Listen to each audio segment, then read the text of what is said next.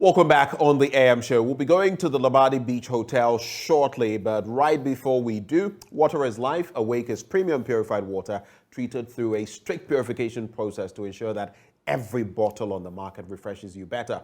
And guess what? We have all the perfect sizes for you.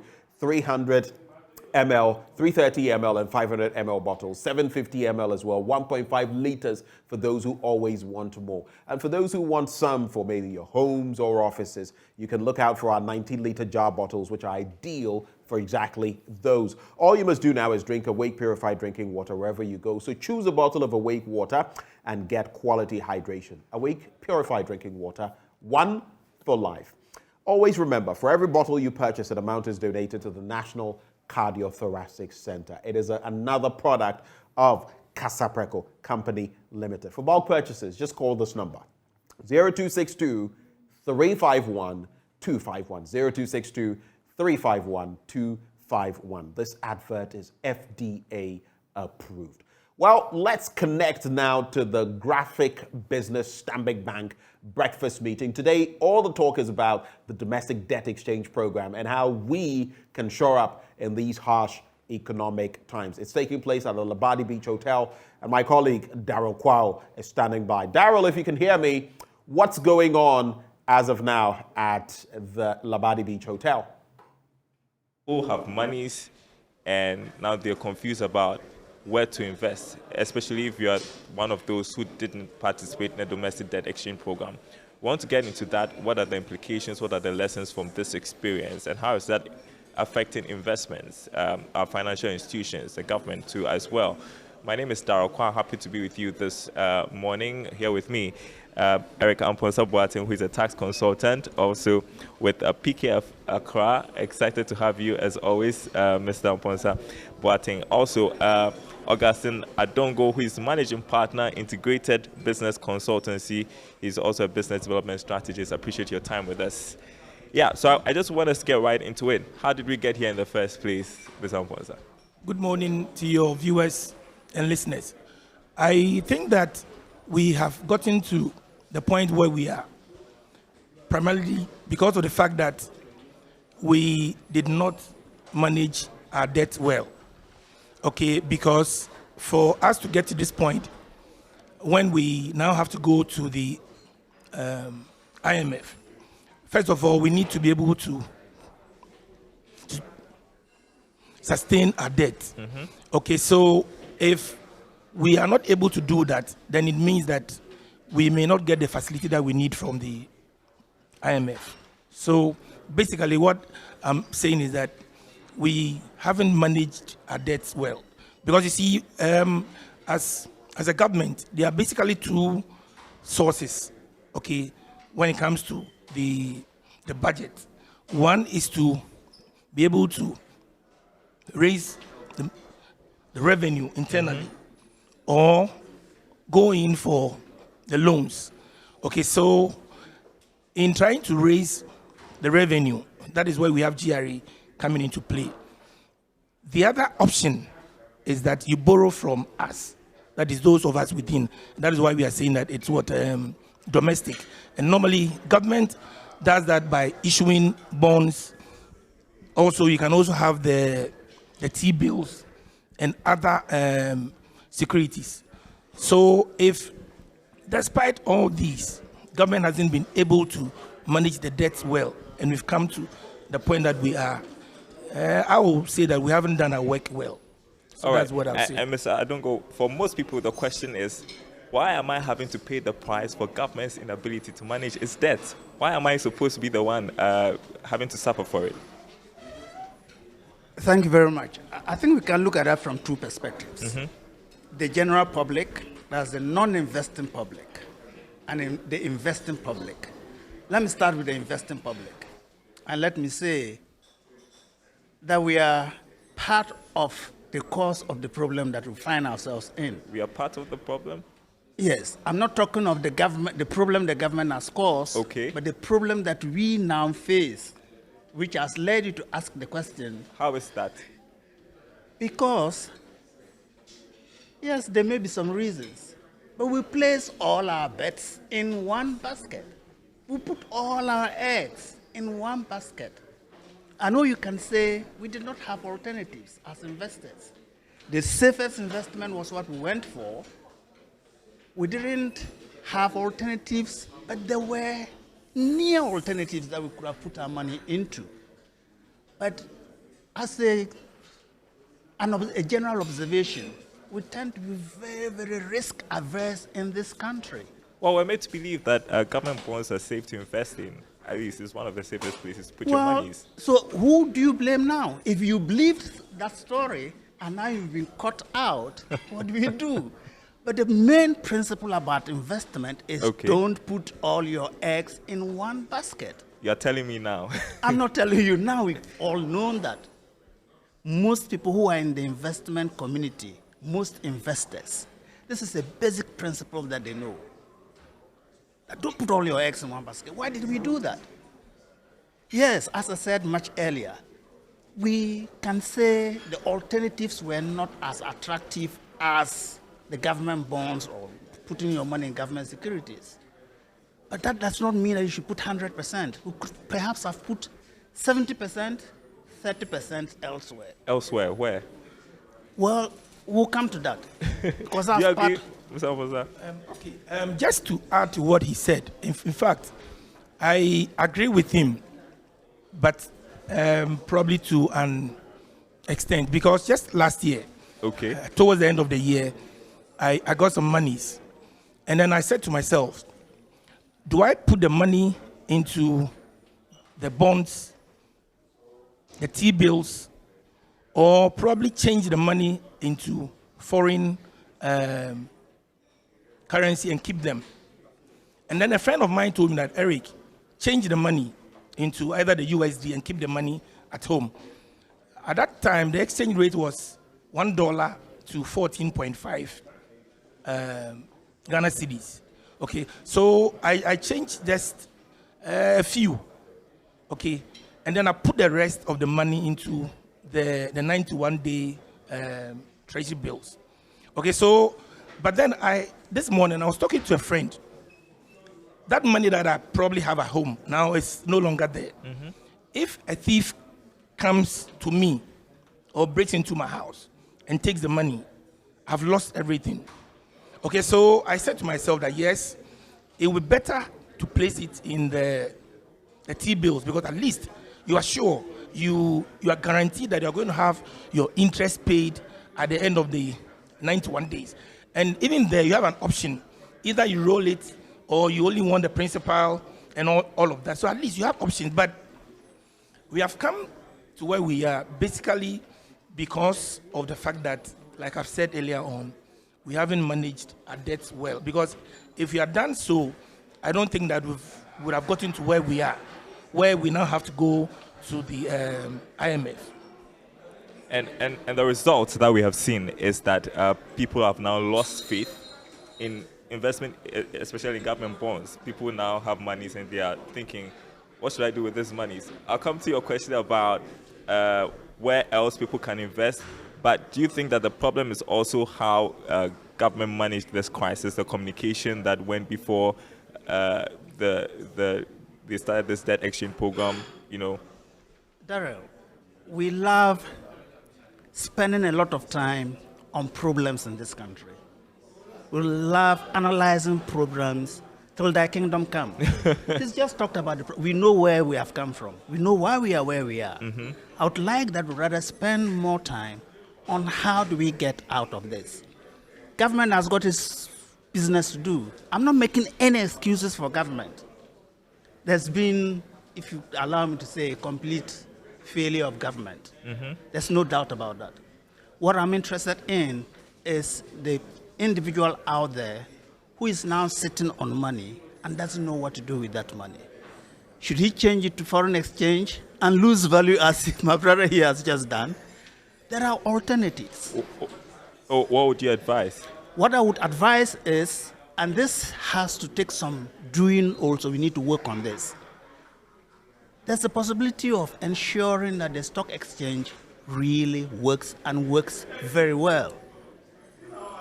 We can buy stocks. We can trade in shares.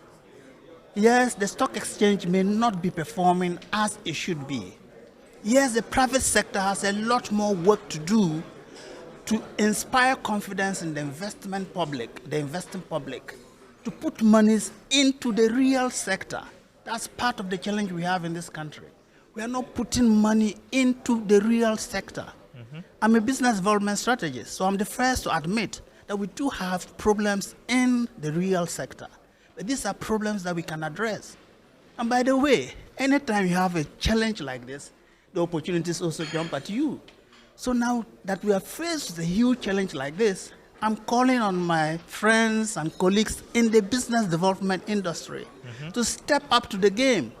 It is time for us to help the private sector, to help companies in the private sector, to put in place the right management systems, to put in place the right financing systems, and attract people like him. They don't have to put their monies under the pillow. They don't have to sit on their monies and say, what do we do with all this? You can invest in the real sector.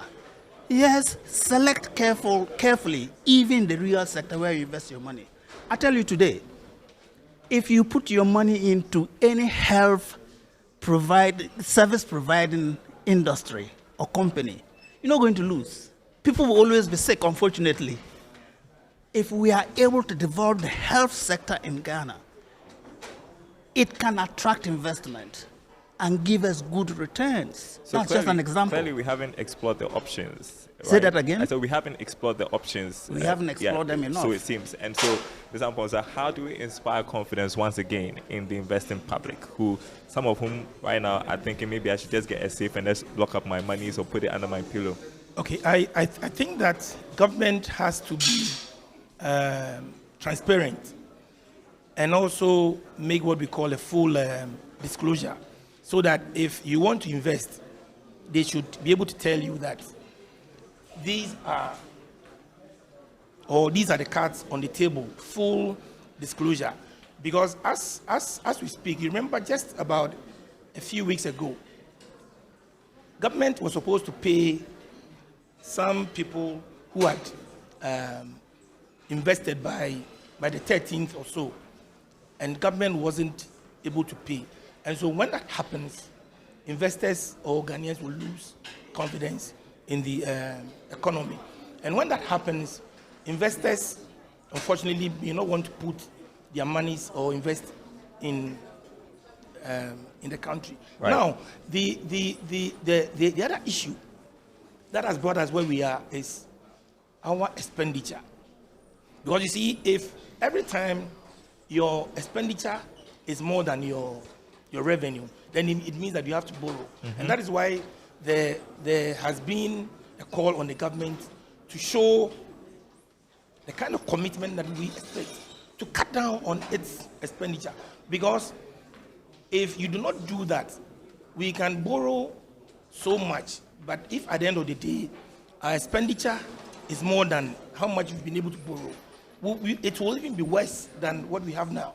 So I think that another key thing is how we have spent what we have been able to raise as a country.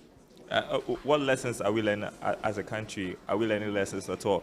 And that all of these is our debt crisis and how we have over time been unable to manage it. And every time we have to run to the IMF for a bailout. And now the exchange was part of the requirements for this bailout. How do we get out of this as a country? Well, the lessons have been there for us to learn for a very long time. As the cliche goes, why do you keep repeating behavior and expect different results? We have 30 seconds, I'm told. Okay. So for me, is to reprioritize. What are our priorities? Let's focus on our priorities. We don't have enough time for me to go into what our priorities should be, but that's the first thing that we should do. Define our priorities well and focus on those priorities. Great. Thank you so much, Augustine Adongo, Managing Partner, Integrated Business Consultancy, Erica Mponsa Boateng, Tax Consultant with PKF. Appreciate your time. It looks like it's going to be a very interesting discussion at the top of the hour. We are cutting to a break on the AM show. Winston Amma will take over at 8 when the graphic business Stanbic Bank breakfast meeting gets underway. Stay tuned.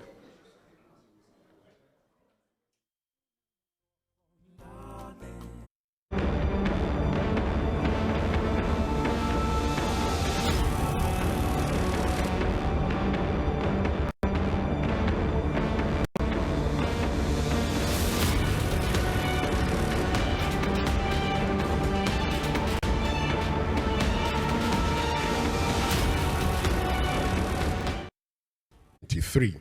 So in December 2022, we heard of the announcement, the Domestic Debt Exchange Program. Now, prior to the announcement, we had what had become a thorny issue, maybe a controversial one, mark-to-market. A lot of us asked questions about it and asked a simple question, why now? After all, we had always been investing and never heard anything about a mark-to-market value. And so today, you're told of what your value is and your mark-to-market value. But by the 5th of December, when we announced the Domestic Debt Exchange Program, it shook a lot of people. First of all, there were people who had been affected by the financial sector cleanup and felt the best way to invest was probably in mutual funds. Well, they were affected by the mark-to-market and said, why not try government bonds? After all, in their own belief, it's one of the closest things to a risk-free, as we have come to learn today. Initially spared, subsequently affected, that has become the situation of the Ghanaian investor. Today, many people have asked many questions. They've said, how safe are my investments? And where do I even invest? Where do I put my money? After all, we've all been advised not to be thinking about purchasing dollars. It only increases the demand for it, and it actually affects everything that we do. So this morning, we're having a very important conversation. The domestic debt exchange lessons and implications for how you invest. My name is Winston Amwa, and I'll be in charge of this ceremony. We'll start with an opening prayer. I do that myself, and I say, shall we pray? Heavenly Father, we're grateful to you for life. We're grateful to you for good health. Even as we begin this program, we commit this program into your hands. We pray that you shall begin with us, continue with us, and end with us. In Jesus' name we've prayed. Amen. Please, I can't hear the amen. Good, good, good. Shall we now welcome with a round of applause Mr. Boahene Asama, who is editor of Graphic Business, to give us the welcome address.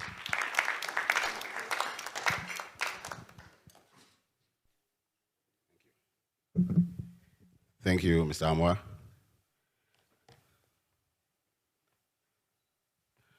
Good morning, distinguished ladies and gentlemen. I'm told that the MC will do the official introduction of dignitaries here, so I must get on with my speech and welcome address. As the foremost credible and most influential brand, Graphic Business has always set the agenda for the nation. We have provided our platform for national discourse over the past years, since the paper came into circulation. In 2014, however, the first ever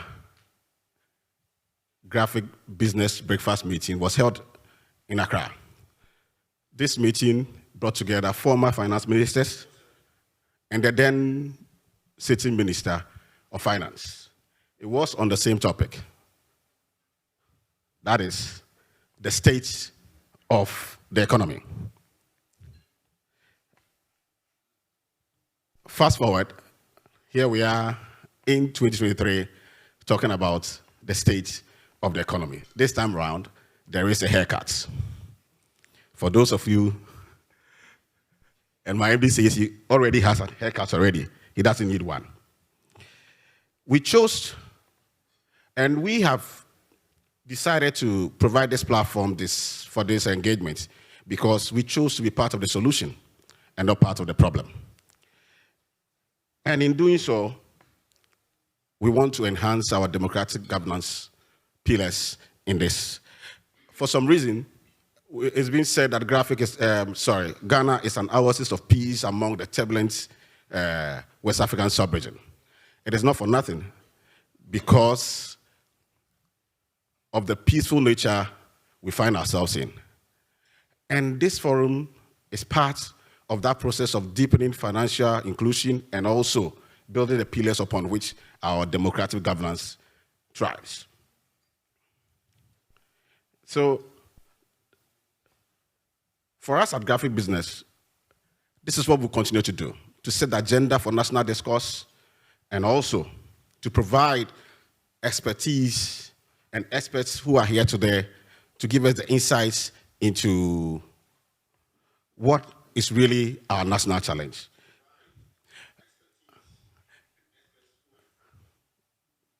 Okay, so I heard my voice again. And we are fortunate to have our partner, Stanbic Bank, partners in this particular program. Mine is a short one, just to welcome you and not to talk plenty, so I will not take much of your time.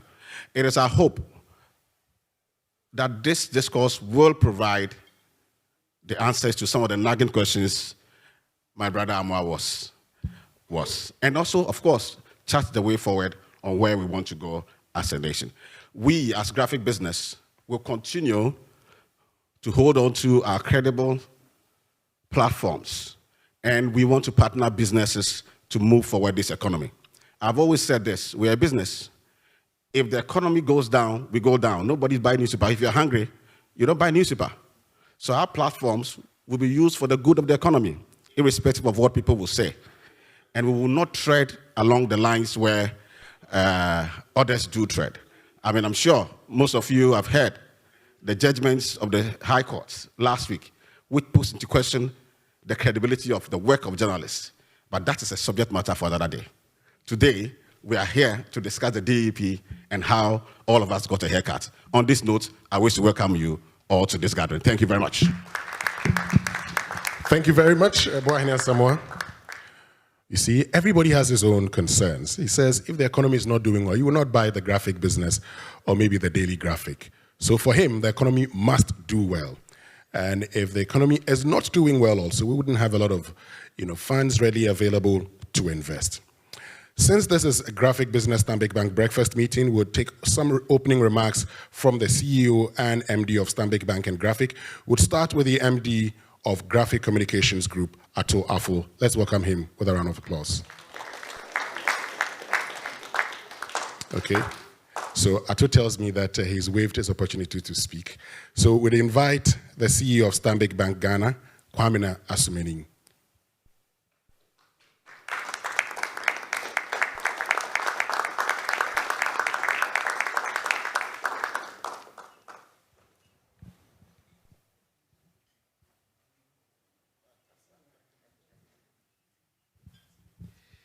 Thank you very much.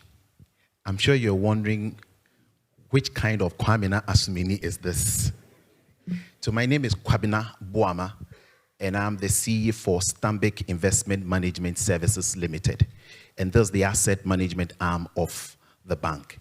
And I will do the introductory remark on behalf of Stanbic Bank.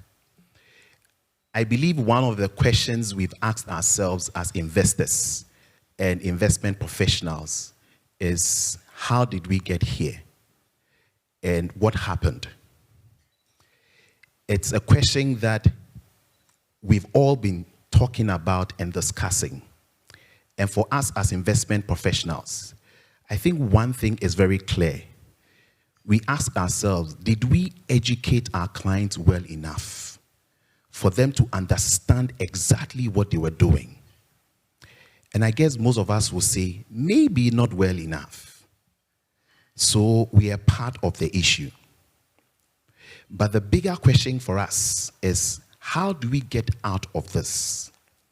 And it sends us back to the basics of things that were taught in school, the fundamentals of investments, and ensuring that our clients understand exactly what they are going into. We've always forgotten about the fact that risk is in everything that we do.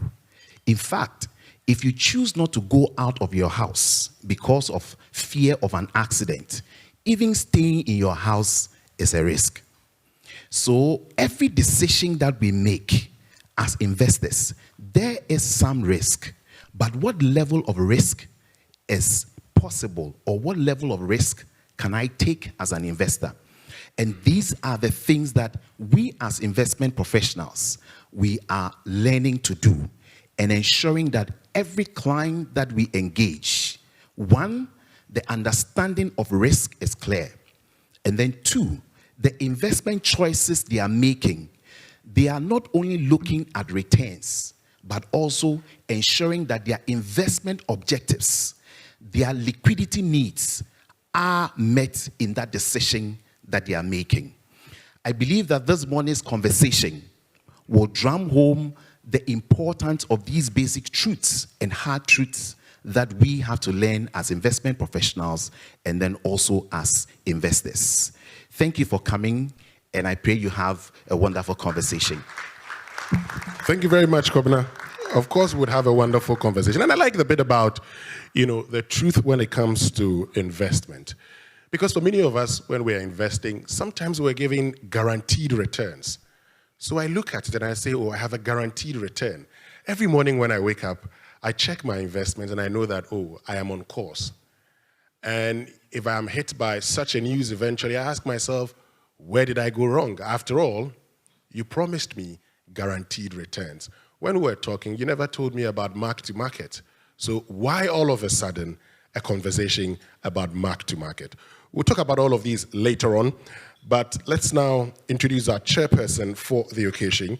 And our chairperson is the first female managing director of the Ghana Stock Exchange, appointed by the Exchanges Council on November 24, 2022. Now, she joined the exchange as deputy managing director on August 1, 2020, and has been in the capital market industry for over 24 years and is highly respected for her technical knowledge, business acumen, outstanding professionalism, and integrity. Her experience covers market, stock.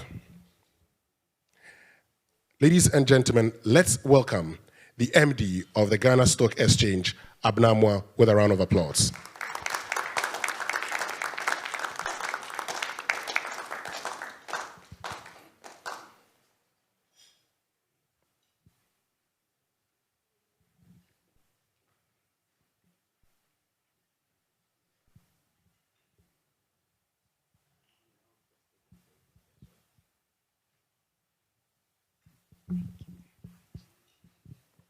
Thank you, Winston, my newfound brother, Mr. Amwa. Distinguished ladies and gentlemen, captains of industry, a very good morning to everyone. Good morning. Good morning. The cocoa is not going down very well this morning, I see. Thank you very much, management of Graphic Communications Group, Stanbic Bank, Ghana, and the organizers of this highly reputed thought leadership program in Ghana. It's been my dream to receive an invitation to attend this, and today it's come true. It's indeed an honor to chair and give my remarks on today's theme of the DDEP, lessons and implications for how you, or should I say, how we invest. Ladies and gentlemen, as you all know, government has recently concluded restructuring of a large part of its domestic debt. Or as Boahene said, the haircut has happened. And we are all busy dusting off our shaven hair and getting ready to admire ourselves in the mirror again. The financial and investment space has suffered some major knocks with regards to trust and confidence that it used to enjoy. We cannot gloss over its impact on investor confidence and what it means for investments and savings in future. Ladies and gentlemen, we cannot allow this crisis to go to waste. We need to see this as an opportunity to revise our economic models for a prosperous future. The DDEP, despite everything, has presented us with a silver lining, and that is the opportunity to reset our interest rate and investment returns regime to affordable and sustainable levels for all, governments, businesses, individuals, and investors. We must reset our interest rate regime and investment returns as well. Single-digit interest rates on government bonds or government securities, as prevails now, means that government debt service levels will fall. freeing up revenue that can be used for investment in critical social and economic infrastructure. It also means that the private sector has a chance of accessing affordable capital. And I see many captains here, and every time the cost of capital comes at the top of the challenges facing the sector. 2 weeks ago, I received a term sheet for a small overdraft facility we requested from one of our banks, not Stanbic Bank. But the interest rate quoted was 42.91%. 42.91%. I chuckled. The silver lining is here. We must grab the opportunity DDEP gives us for businesses to finance operations at much lower and sustainable levels. The single-digit interest rate regime on Treasury instruments also means that investors, you, I, our pensioners, our individual bondholders, the private sector, the pension funds, banks, asset managers, all of us, we must look for additional returns by investing in the private sector. We cannot fund our lifestyles by getting guaranteed risk-free returns from governments. Like every other country, it's investments in the private sector that gives that additional return we are all looking for. And by investing in the private sector, which is our real engine of growth and transformation of our economy, we will be meeting the objectives that we have set for ourselves. I say DDEP is a silver lining we must grab with both hands and fly with it.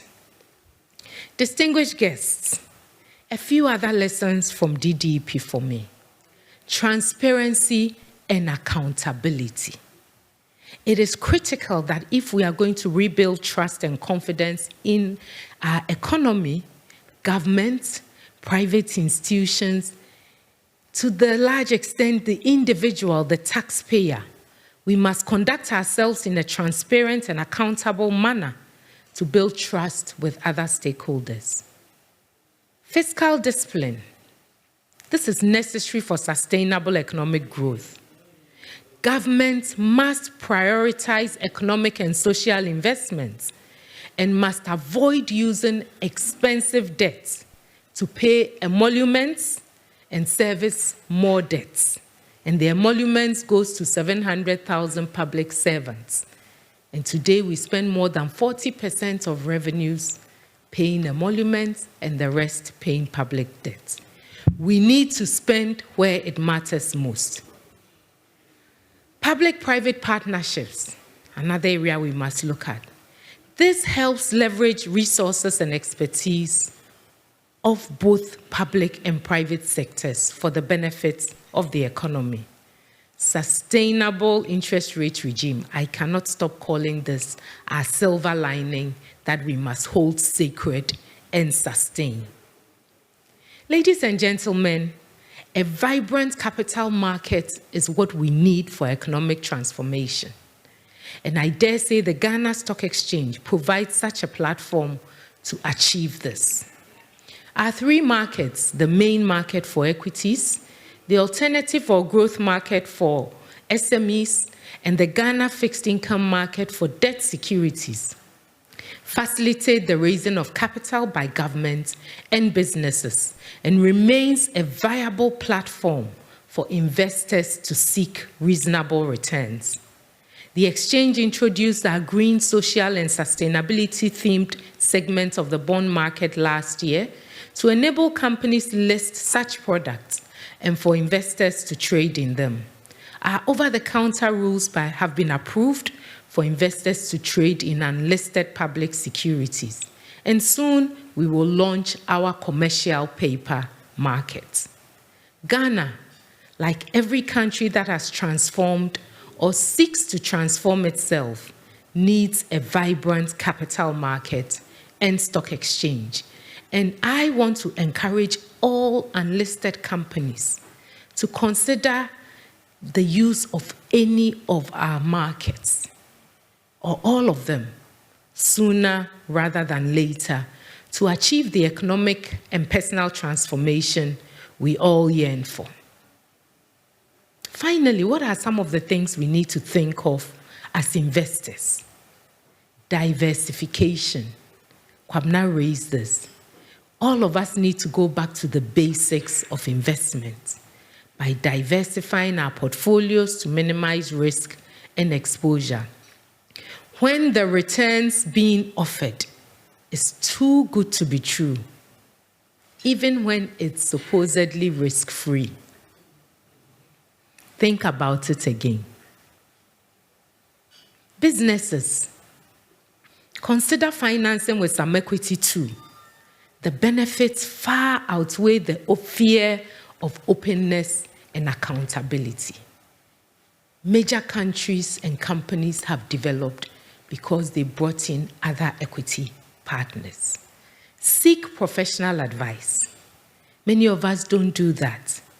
As much as we'll send our cars to a mechanic or see the doctor or go to Dr. Google when we are not well, many of us do not reach out to the investment professionals. And we need to rethink our attitude towards the investment of our hard-earned income. Financial literacy, and it's a matter very, very close to the stock exchange's heart. It is worrying how low financial literacy is among both the educated and less educated, resulting in people falling for all kinds of Ponzi schemes. We need the support of regulators, market players, CSO, media, graphic business, and all stakeholders to embed financial literacy across this country, particularly starting with our schools. Last year, the stock exchange visited 37 tertiary and senior high schools with our financial literacy programs, including investment education tours, capital market quiz, stock pitch competition, together with our partners, the Young Investor Network, reaching over 5,000 students last year alone. We need to accelerate these initiatives. Digitalization. Adopting and accelerating digital technologies will speed up access to financial products and support financial inclusion. Market players need to collaborate more with fintechs to continue to develop digital portals that will make trading and investment and financial literacy easier and more convenient. GSE and our partners have launched tools like the GSE Market Watch portal, Trade Live, CD Manager, Second Stacks, to name a few, to improve such market access. In conclusion, ladies and gentlemen, rebuilding confidence and trust in the investment landscape requires a concerted effort from all of us. We must prioritize transparency, accountability, fiscal discipline, diversification, digitalization, and investment literacy. Considering investments, we must diversify our portfolios. At the stock exchange and working with the SEC, we are looking to bring more products to the market. We must stay updated about market information. By doing so, we create a sustainable and prosperous future for our country and for all of us. It is worth noting that markets change, issuers change, returns change, even governments may change, but the investing principles largely remain the same. Thank you for your attention, and let's get to work. I wish all of us here a successful deliberation. Thank you.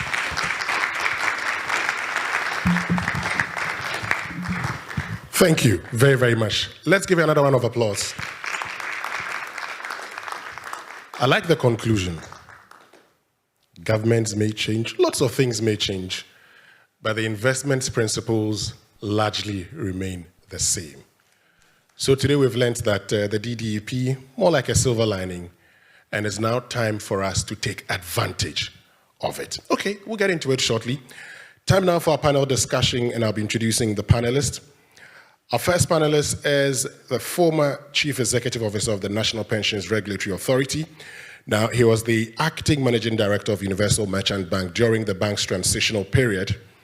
He's also served as a board member and audit committee chairman for Universal Merchant Bank, and also served as the board chairman for All Terrain Services Limited, a hospitality company which operates in over 10 countries across Africa, Millennium Insurance Company Limited, and Appointed Time Screen Printing Company Limited. He's currently a non-executive director of Data Bank M Fund Limited, Casapreco Company Limited, and Ghana Deposit Protection Corporation. He's also an executive director of Discovery Limited, an insurance brokerage and consultancy firm. Now, his employment history spans across the financial services sector, that is pensions, insurance, banking, finance, and leasing, amongst others. Now, he, as a chartered accountant, trained with KPMG, and his formal education took him through the Manchester Business School for his Masters of Business Administration and the University of Bradford for his doctorate in Business Administration. He's a fellow of the Institute of Chartered Accountants Ghana, a member of the Chartered Institute of Taxation Ghana, and Chartered Insurance Institute Ghana. Let's welcome Dr. Daniel Sedo with a round of applause.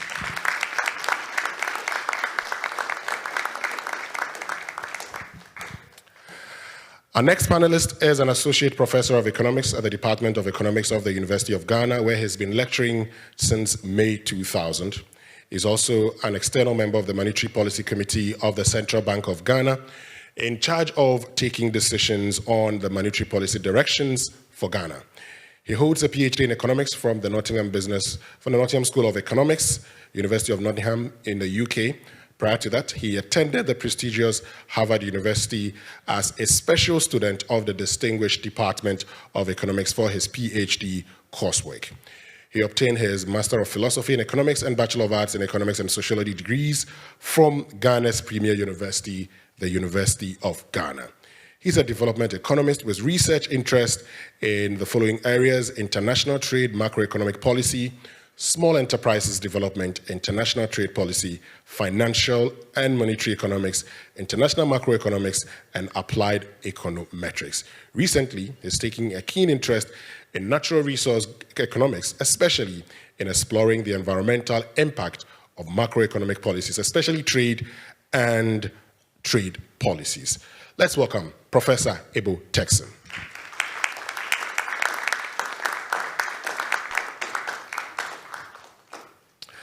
And our final panelist is currently the Director General of the Securities and Exchange Commission, Ghana, and Chairman of the Ghana Investments and Securities Institute.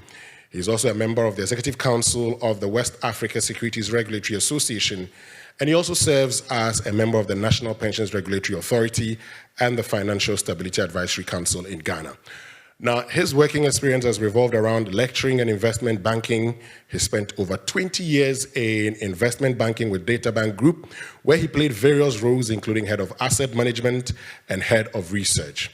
Now, he lectured briefly in marketing at the University of Ghana Business School from 1996 to 1998, and also a facilitator in a case study in corporate finance class at Harvard Business School in 2008. He holds a BSc Administration Management option with first-class honors and an MBA Marketing from the University of Ghana. He also has a postgraduate diploma in corporate finance and management from the Sorbonne University in Paris, and a PhD in systematic theology and organizational leadership from the Northwestern Christian University, and an honorary doctorate in management and Christian leadership from the International Christian University. Let's welcome Reverend Dr. Daniel Obami-Tete.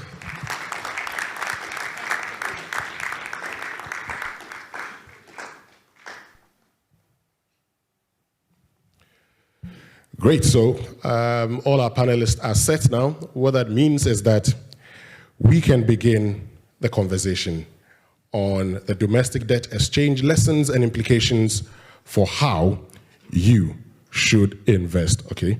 Let me just get the microphones to our panelists. while I try to... Okay, so let me just get the microphone to our panelists. We'll do that shortly, and then we'll start the conversation on the lessons. Wow, this is steep. On the lessons that you can learn. Thank you very much. Thank you. I think you can have mine.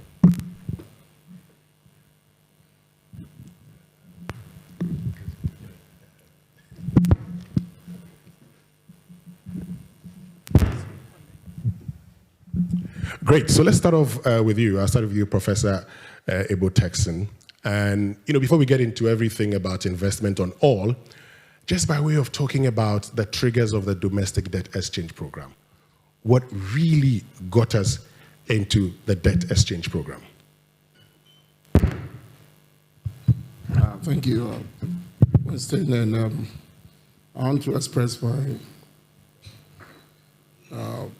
appreciation to Graphic for inviting me to be part of this discussion. I've followed closely what has been going on here over the past year, and so it's a privilege to be here to share my thoughts on DDEP.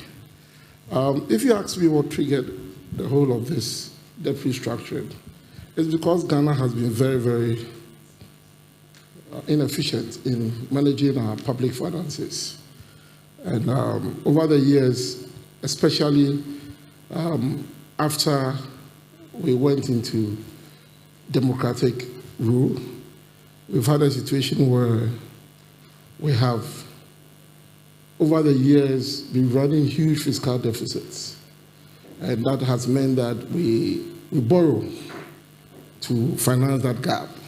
And over the years, especially in the 2000s, when the political climate has been more of trying to use fiscal populism to win elections, we've had the various governments pursue party agenda different from the national development agenda, and more often than not have committed our resources to funding those special programs that the parties have promised their electorates. Now, at the same time, in some of the years, we've not mobilized enough revenue. So with fiscal populism and all of the development needs that we have, we've run huge fiscal deficits, especially in election years. And so we borrowed over the years. You remember in 2000, the year 2000, our debt to GDP ratio was 185% of our GDP. And when President Kufuor took over the first 6 years, we tried as much as possible to have access to the HIPIC initiative, which we did. And by 2006, our debt to GDP ratio had dropped to 26%. Sure.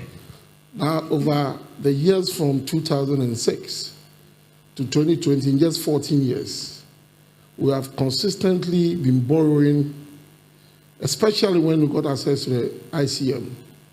And for some reason, politicians thought that was free money that was coming in. But when you get onto the ICM, it comes with some good resources, but if you don't clean up the mess in your economy, that market will punish you. And what we witnessed in middle part of 2021 to 2022 was as a result of that.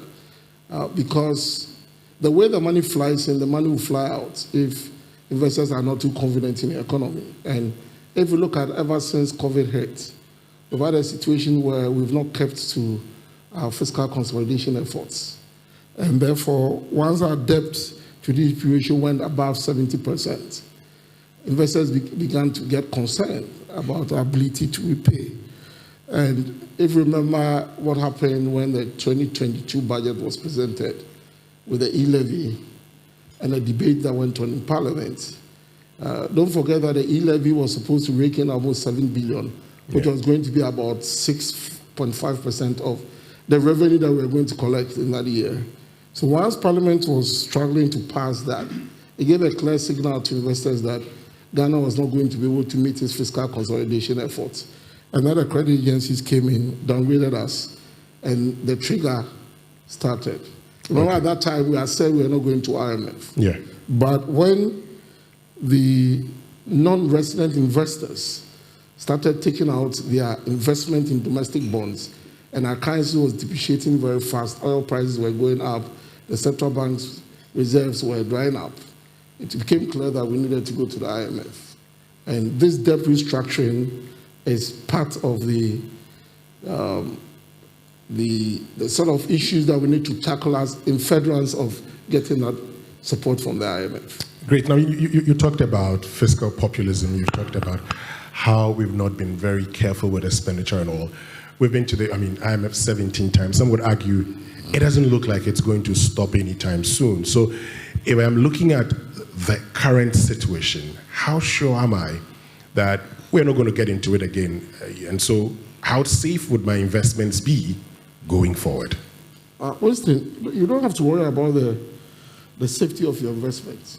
We don't have a lot of investment assets in Ghana. No matter what, if you want to invest, treasury bill, bonds will be one of the alternatives that you need to take a look at, apart from investing in equity in any of our public, our private enterprises.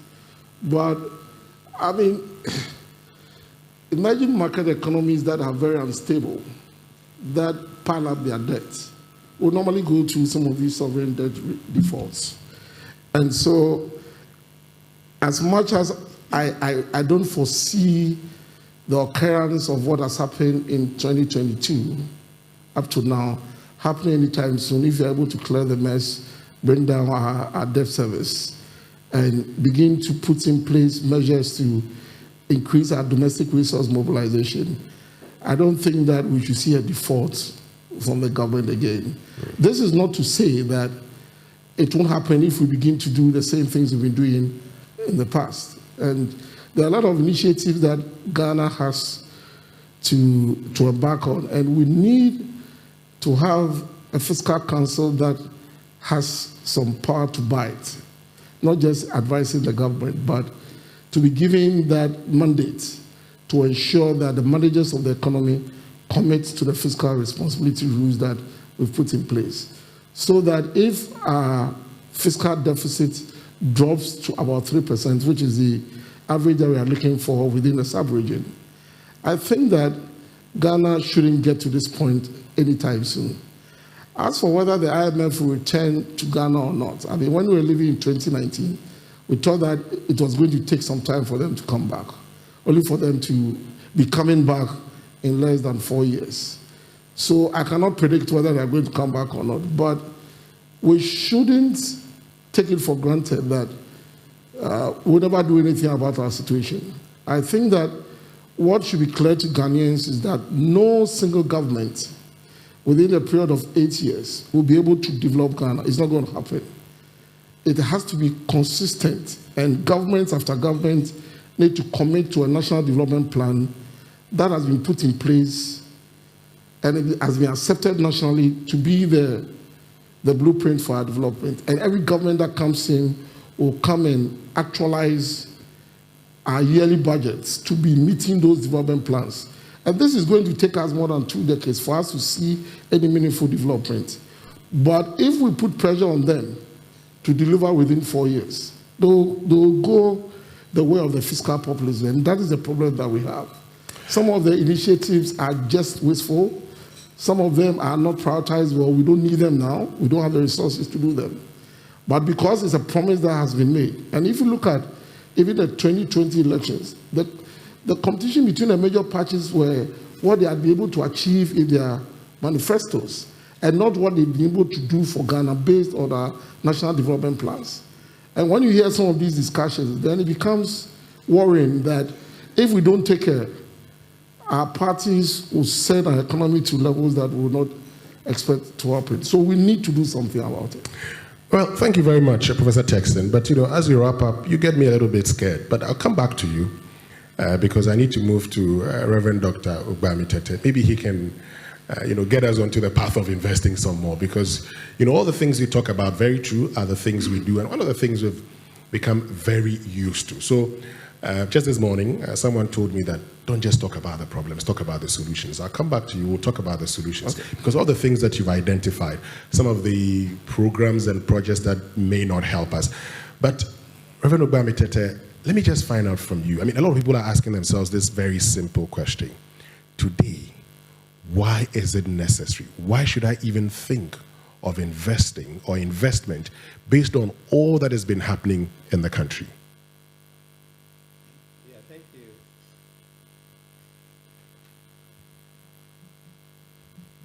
Okay, I think you can have.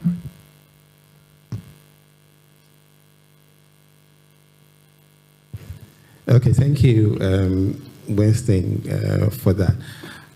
I will start by maybe just trying to touch a little bit on the previous question and in relation to investments. And that's to say that I think the DDE, for me, one of the lessons is the fact that the macroeconomic environment can and does impact on investments. And we need to have that understanding that, what is happening within the macroeconomic environment can impact investments. There are some shocks that can come. Some may be self-inflicted, some may be external. But either way, I think the cardinal point is that what happens within the broad macroeconomic environment will impact on investments. So the question is, how do you understand the shocks? Are there some things you can do?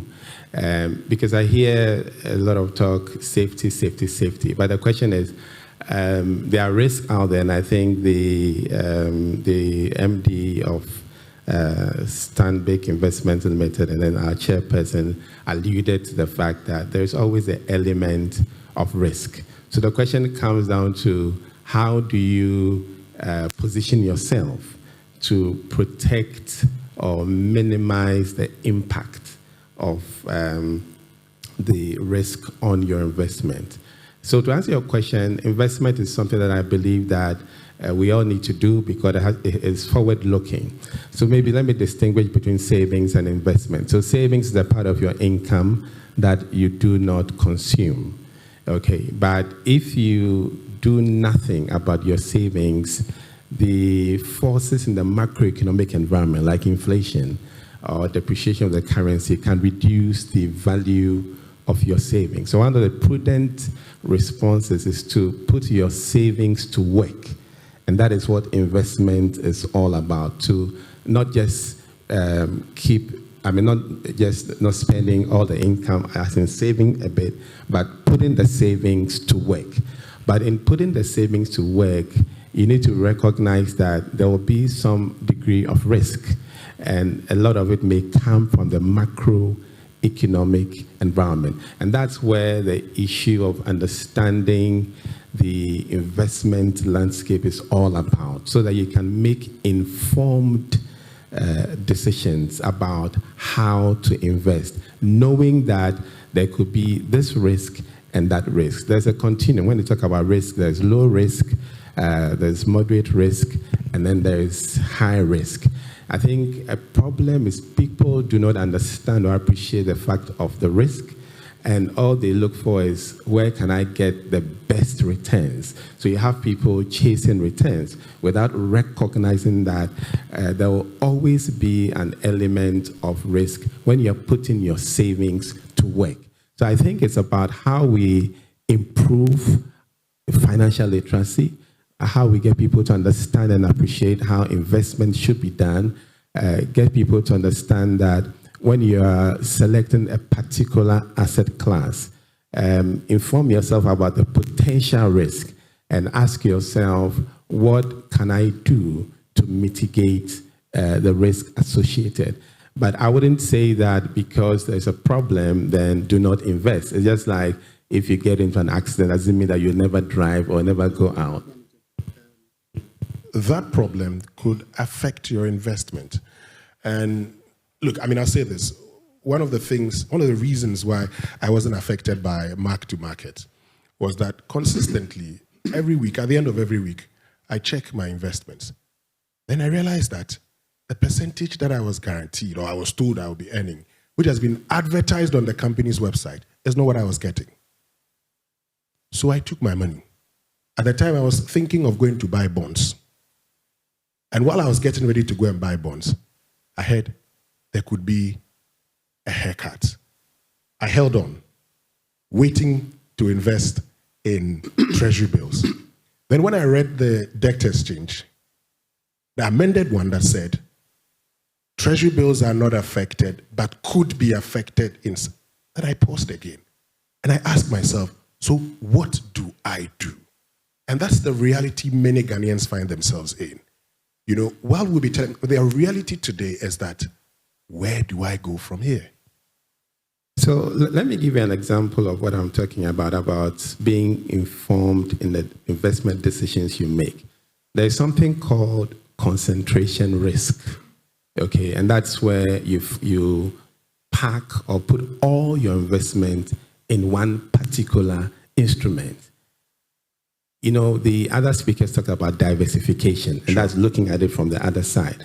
But what people don't know is that they fall to this concentration risk because they convince themselves that this area is totally risk-free, the returns are good, and then therefore I must go in, you know, everything. You must be aware that there's the element of concentration risk. You were saying that you managed to move, but assuming you didn't move, you'd have been caught in that concentration risk. So what people should do is to diversify their investment. No matter how good a particular asset class may appear to be, you need to remember that if you concentrate all your investment in that particular asset class, you're open to anything that can go wrong, because you know there's this principle that no matter how well you plan, something can go wrong. One of the things I had said earlier on is that we, as in the investment professionals, need to revisit the way they even sell fixed income products so that people get a better understanding. So I think it really boils down, like again the previous speaker said, going back to the basics of investment and to understand that there is always an element of risk, okay, with every investment asset class. So the question is, how are you minimizing the risk? Because once you are investing, you're putting your savings to work. When you, for instance, decide to invest in your own business, maybe some commercial business or whatever, you're taking some risk. When you invest in financial assets, you're also taking some risk. The question is, what degree of risk are you taking, and how do you structure your investment in such a way that you minimize the risk? Now, if, for instance, you keep part of your savings in pure savings, you put part in different asset classes, it's not likely that all the different asset classes would be impacted negatively, okay? And that's why the principle of diversification, it's still a very important rule when it comes to investing. So my answer is that investing still pays. It is a way to, if you like, buy the future in terms of preparing or trying to, assure a certain kind of, income flow in the future. However, you must know that there is risk. So the question is, how are you structuring your investment to minimize the potential risk? Remember I said earlier on that if we take the macroeconomic environment that impacts on investment, there can be some that are external, or some of the shocks are such that it's it's outside the control of, let's say, even those in charge of the economic management of the economy. So there are some shocks that will come. There are some shocks that are self-inflicted, like Prof said. But the question is, you, the investor, you accept that investment is good. It's a sure way to grow your savings, to ensure that your savings are not eroded by inflation and so on and so forth. But how do you structure your investment so that you minimize the risk? I think that really is the issue. Okay, we'll look at structuring of investment so you minimize the risk. But let me get to Dr. Daniel Sedo and find his view on a very important issue, because there are persons who are affected by the financial sector cleanup. And so for these persons, they look back, and in convincing them, you tell them, oh, you have to diversify. They tell you, but I did, and I was still hit. So for that person who's being affected multiple times amidst diversification, how do we convince that person Now is the time. Hello. Thank you very much for the question. I believe it has to do with trust. And we need to appreciate the fact that we are a developing country. And not many of us are well educated. Not many of us understand the financial issues. Now, when you find yourself in this kind of situation, you want to address the trusting behaviors. And the very first one is, I have to rely on somebody. So I need to rely on the financial market players. Just like when I'm sick, I go to the doctor and I want to believe that the doctor will give me the best of care. And my understanding is that the doctor should know more than I do. So that's the first line. And we need to get the people who play in that space to appreciate this fact and not be opportunistic behaviors. Number two is we have something of value which is at risk. That is why we are engaging the people in the financial services sector. Now, if we don't have anything of value, we will not even talk to them. There is something that matters to us, and we are concerned about it.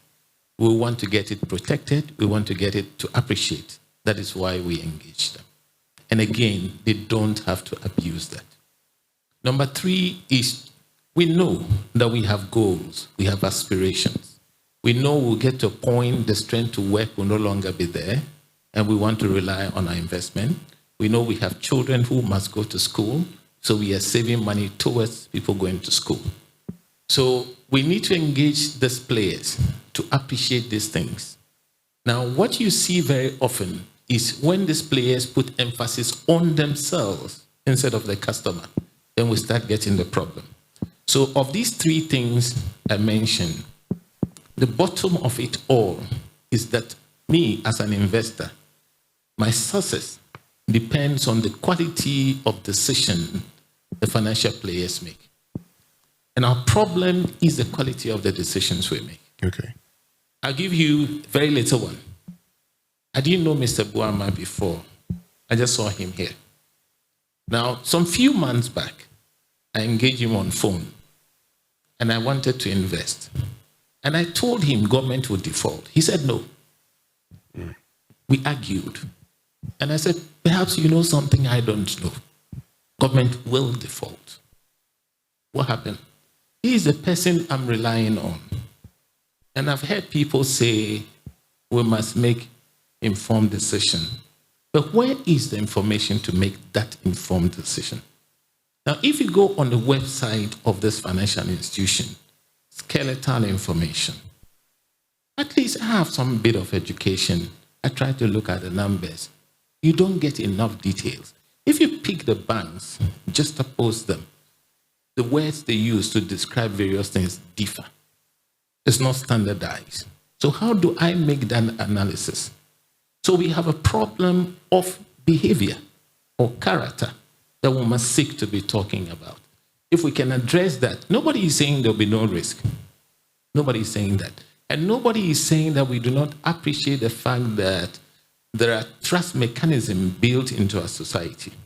Now, for instance, if you take the banks, you are asked to reserve something with the central bank.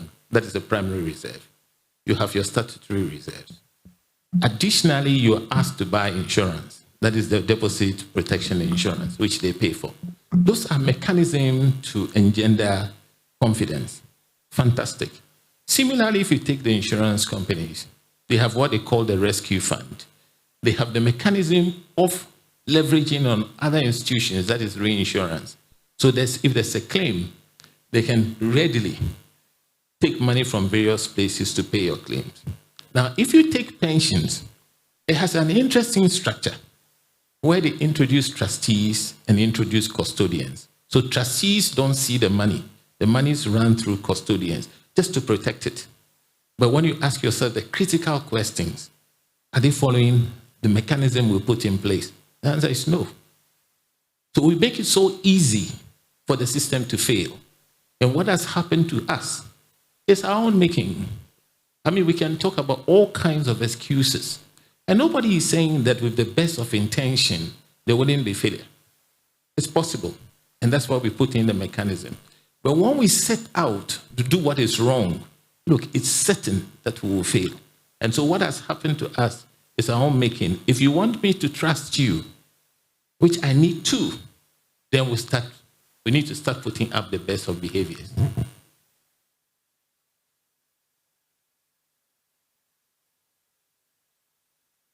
I put my trust in the analyst, the expert, and he tells me, oh, let's do this. And you, at the time, knew government was going to default, argued government was going to default, but the person who was convincing you said government was not going to default. I'm sure the question the man listening to us right now is asking is, so how do I trust that expert who's supposed to help me make the right decisions? There are two things. We need to get ourselves properly informed and properly educated. Reverend talked about the macroeconomic environment. We need to make our students of the development. Prof talked about the political issues. We need to find a way to start correcting that. Look, there's no way we will move away from the financial system. They are part of us. Investment we will continue to do. The elephant in the room is inflation. How do we bring it down? How do we get people to behave properly? How do we, when we mobilize resources, how do we put it in the best of investment? The MD of the stock exchange talk about investing properly. How do we identify those projects that will serve us well so that our resources we channel? Look, we just need to prop ourselves and be one another's keeper and serve as a check on one another and demand that we do things properly. If we start doing things properly, yes, we'll be on course. If we start disclosing information, even on the stock exchange, how many of the people listed on the stock exchange, I'm talking of the entity, disclose enough information that independently you can do the analysis? I used to work elsewhere in my previous life. The company was listed. I have a shareholder from South Africa who will call and will spend about 1 hour with me asking all manner of questions. How many of our people here has the ability to ask those questions? Not many. But unfortunately, that's what we are rather abusing, and that is what is creating the problem. So my point is that let us all start behaving properly, because we are all hurting. Even if you leave your money in the bank, you are not even sure. Look, I'll tell you my own experience. 2019, they said KYC. I should bring the biodata page of my passport. I did. 2 weeks after, somebody went, forged my signature, took all the money, 2 accounts, and closed the account. The bank in this country. I went to the MD and I said, I won't take this from you. We got it sorted out. About 3 months ago, a niece of mine, one of the big banks in this country, she was outside. Somebody went into her account, transferred money to a certain mobile phone, 30,000. The case is still running. I have even run it with the supervisors. The banking supervisors is still hanging. I give you another case. I ran an insurance brokerage. So we should not limit the issues to bank and securities. Now, my best client, I did a policy for them. We dotted the I's, we crossed the T's. There was a claim. We went to the insurance company. They wouldn't pay. I ran to the regulator. They called us. There was a ruling in our favor. The regulator says pay. They won't pay. Then I went back to the commissioner and I said, what's happening? In my presence, he called the MD of that insurance company and said, you must pay by Friday. That was last year. Even as I speak today, they haven't paid. Issues of trust. The issues are real. And we need to develop our financial services sector. So we must start behaving properly. Well, now that we have Reverend Ogbamitete, and you've raised a lot of issues about information and all, maybe you would take time to address some of these concerns that Dr. Sado's raised. Reverend Ogbamitete. Yeah, thank you, Winston. I think actually one of the points I had written was in my notes is the importance of information in the development of the market, in eliciting more confidence in investors. The Ghana Stock Exchange has disclosures for the various issuers that have listed securities on the platform. The question, which I think Dr. Sedo alluded to, is whether people are able to interrogate, especially the issuers, to get more answers to questions. I think it still goes back to the level of, if you like, financial awareness, or people tend to rely more on what the other person would say. This is good, put your money in, rather than trying to understand issues and then raise questions. So there is some provision for information. I think there's still more room. So for instance, at the SEC, we are working on a certain project to create a certain database that investors can tap in and get more information about the listed companies and other investment schemes within the system. It's a project that is ongoing. We did something which, if you go to our website, for instance, we have what we call a color coding scheme, which will, for instance, indicate to you that maybe this particular fund manager has some regulatory issue to resolve, so that if you have to deal with that particular entity, you can ask some questions. Why do you have this particular color code on the SEC side? What are you doing about it? So I think we are working on improving the access to information, because information really is what drives behavior. And let me slip this in, and I think for your people, Winston, the media, I would say that it's also important the kind of information you put out on the financial market. Sometimes it's a bit, where would I use, a bit sensational, and that can trigger a certain reaction, because people rely on what they hear, and then it elicits a certain kind of response. I've had cause to raise issues about some of the reporting that has been done. But I totally agree that information is critical. The market operators must put out more information. We, the regulator, we are working on also creating access to more information that would enable people to make informed decisions. I think that we need to build the culture of people asking questions and getting answers, rather than just relying on the say-so of this person or that person, whether it's a relative or whatever it is. Let's interrogate issues more. I think we may not be up there, but we can still encourage that. And I think some of the initiatives of trying to create some awareness in the schools, the universities, it's all part of getting people to become more comfortable with these issues so that they can ask questions. So some information is available, and people need to access them, and then also then ask questions so that they can make the kind of decision. But I would strongly say that people must also learn to own their decisions. One of the things we say is that if you're a financial advisor, you're not to make decisions for the investor. You should let the investor, because otherwise you can use your own, let's say, risk profile. You may have a certain appetite for this or that, and you can use that, but you must guide the investor, let him understand the trade-off, the characteristics of the different investment products, so that they can own the decision. I know maybe we may not be there, but that is where we must be headed. Should I give you feedback? Yes. Now, anytime I've been engaged by a financial analyst or advisor, they have always done everything possible to get you to invest. In fact, he or she does everything possible. So by the time you're done, you're giving him or her your money. It's not like, opening everything to you for you to make a decision.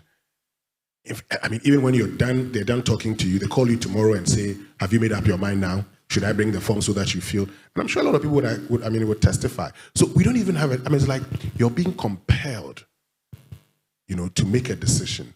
So maybe that's something you should even, because that's how we feel all the time when these advisors and analysts engage us. I think maybe those are, they are purely marketing their product, and maybe they are leaving the aspect of helping you, the investor, to make a choice, because otherwise they should really let you understand all the options, but they may just sell you their product. So I would say it's something that needs to be worked on in terms of the market operators, the investment advisors, or the marketing reps of the fund managers, to make sure that they provide, if you like, a balanced view. But on top of that, as a regulator, and indeed the MD of the Ghana Stock Exchange made that point, we must be able to do a lot broader financial education, so that even though the marketing rep or investment advisor of that particular fund manager is giving you pressure and trying to just sell a product, say, to get you to sign on the dotted line, if you have a certain broader understanding, you may ask some questions, and then you can know whether you are just being railroaded into a particular product or not. So I would agree that we need to do more in terms of financial literacy across board, so that people can ask questions. I think one of the problems, people don't ask questions. They just take it that once this person works with this reputable company, whatever they say is gospel. But I think that there is a place of asking questions. What can go wrong? What is the downside? Et cetera, et cetera. So it all comes down to, how we get people to be more informed and to own the decision. I think that people must get to the point where they own the decision. Otherwise, you always be pointing your hand, oh, this person led me to this. But I think that it's your own money, it's your future you want to invest for, so you must own it, and you must ask questions, you must be comfortable. One of the lessons I picked from Warren Buffett, he said he will never invest in something he doesn't understand. Okay, so I think owning it means that just as much as you can, but I totally agree that we need to step up financial literacy so that people can be more empowered to interrogate the investment advisors, and then the financial information that's put out by various issuers and fund management companies. All right, so this is the Graphic Business Stanbic Bank Breakfast meeting, and the theme for today's meeting is on the Domestic Debt Exchange Program, lessons and implication on how you invest. I'll get to you, Professor Texan, because you've talked about, we deal with the macroeconomic situation, but before we do that, having listened to Reverend Dr. Bamitente, Dr. Dan Sedo, I'm sure people are asking the final question when it comes to this. What should be their posture or attitude towards investment? You've heard the experts talk about what you need to do. We should go on to invest. If we want our economy to develop, if we want Ghana to develop, we should expect that the resources that are needed for the development of our economy will come from within. So like Reverend said, if we save, let us transform our savings into investment. The private sector gets hold of those resources. They can create jobs, we get jobs to do, they expand the productive base of the economy, and then Ghana becomes better. So as for investment, we should go on to invest.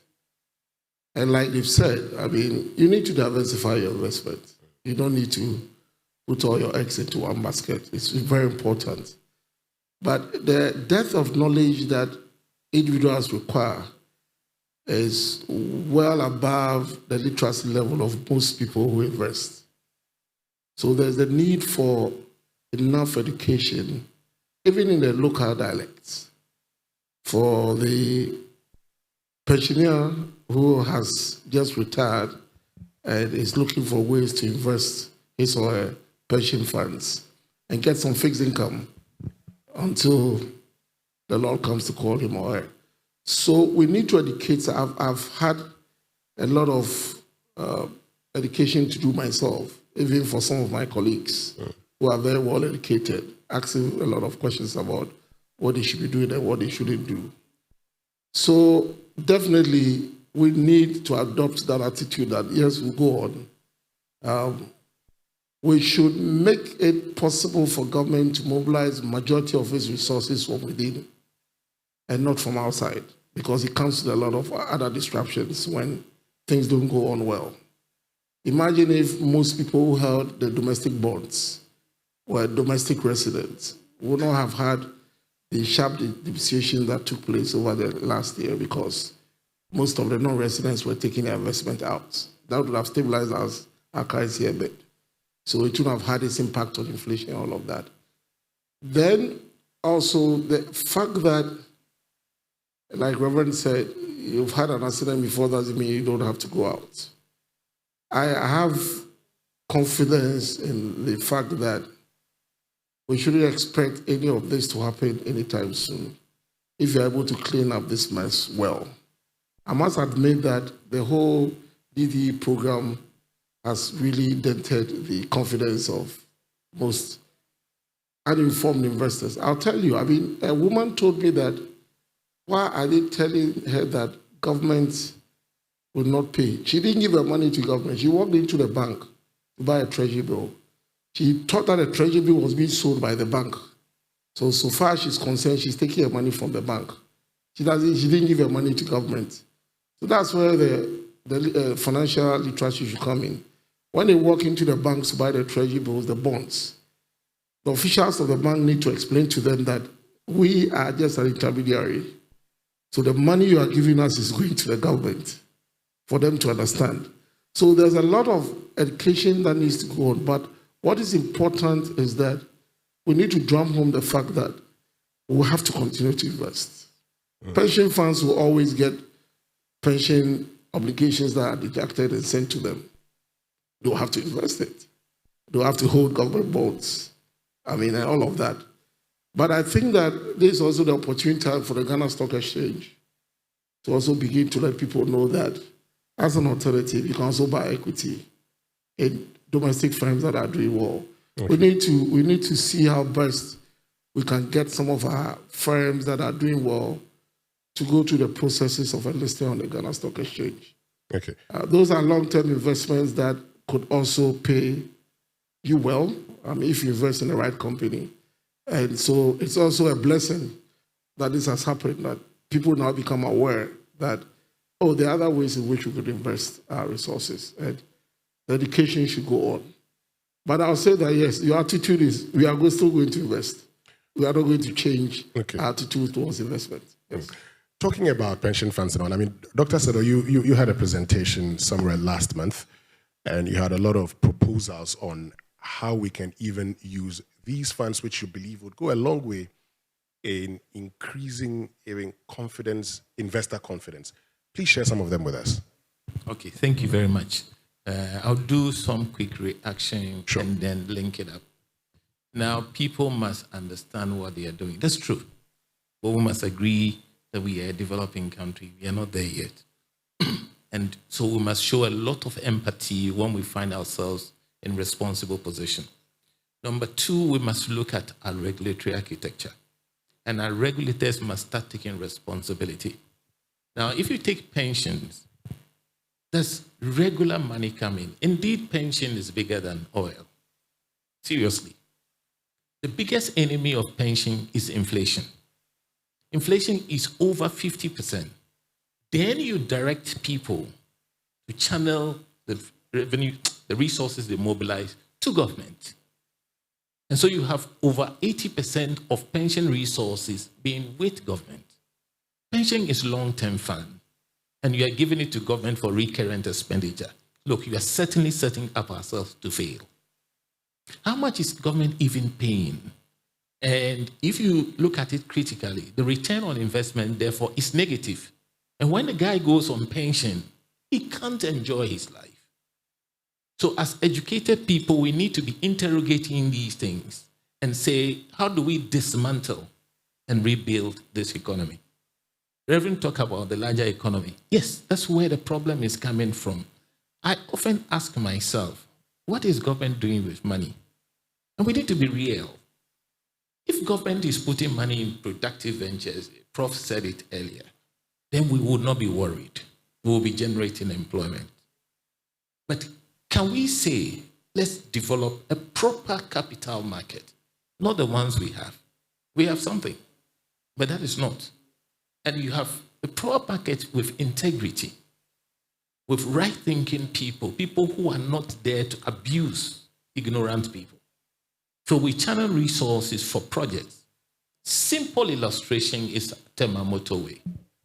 Can we say if we channel pension resources to build the motorway, do it properly and toll it properly, private investment, that we can generate the returns, we can see the physical thing there. We are using it, we are benefiting from it, we are willing to pay for it. That is a good way to match long-term funds with long-term projects. Some of the interchanges we talk about, do we really need those interchanges? I don't think so. If we develop a proper mass transit system, you see that most of us who drove here, we won't be driving. So what is it that we are pushing money into government to do? No, we need to check ourselves, particularly those of us in leadership. Of course, those of you in leadership, not me any longer. You see, those are the real things. And I even ask myself, I used to have good friends in Lagos. So I hear the Nigerian story that Obasanjo calls Dangote, that I see a lot of cement being imported. Can't you do something about it? What help do you need? Then we can offer you. That is a Dangote story. Then I ask myself, okay, you said I serve on Casapreco board. I've asked the owner, Chief, has anybody called you to talk about the help you need so you can grow this business? He says no. That even the road in front of his factory was done by he himself. Meanwhile, they take tax from him. The earlier we start having the mindset that we must first give something to get what we are looking for in return, the better it will be for us. You will see that whilst we're talking about this debt exchange, our approach, the physical approach, to tax people the more. And I'm asking myself, who is in difficulty? Is it the government or the individual? What is the price of Coatem? Coatem that used to be about 34 cedis is now 145 cedis. How many people can afford that? So the way we think about the issues is very critical. Look, we need the investment. We need people to mobilize resources. That is true.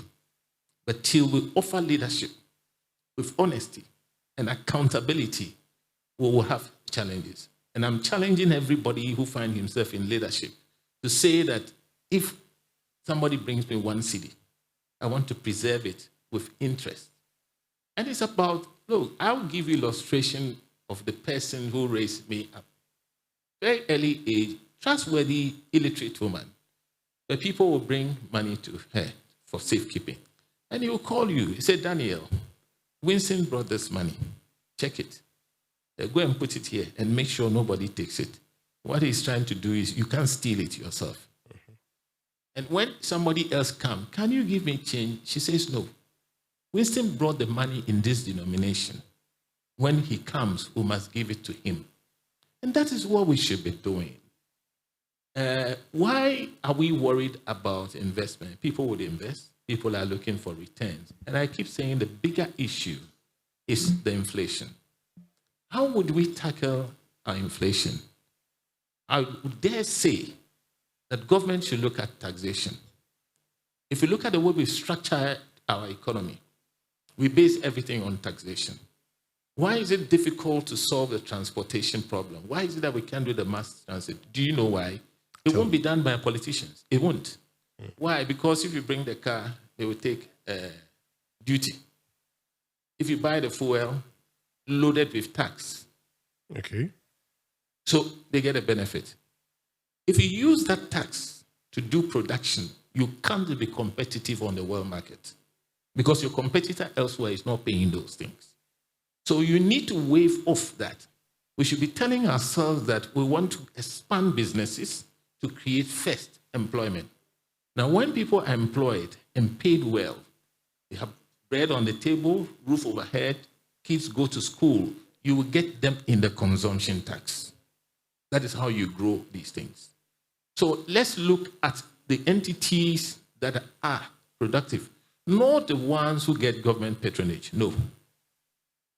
Those people who do their own work and sell to the ordinary person, take out the taxes, encourage them to grow, employ a lot more people.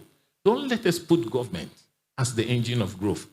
Government itself knows that they are not the engine of growth. I ask myself, I look at MTN numbers. How come MTN is making so much? Because at the end of the year, their equity is a little over 5 billion, but net profit is over 2 billion. I say, wow, what is it that they are doing right? And our own entity that we have is not able to do that. Do we know? Missing. Let's look at the banking sector. Okay. There are issues there, and we need to be honest with ourselves. And we need to look harder at the numbers. Now, the banks are doing something that is quite interesting. Their own equity holding is very small. The chunk of the money they use is depositors' money. Sure. The chunk of the money they put in government bonds is depositors' money. But how much of that do they share with the depositor? Tell me. The depositor doesn't benefit from the risk they assume. They get all the rewards. And today the banks are in difficulty, and they're still looking for depositors' money.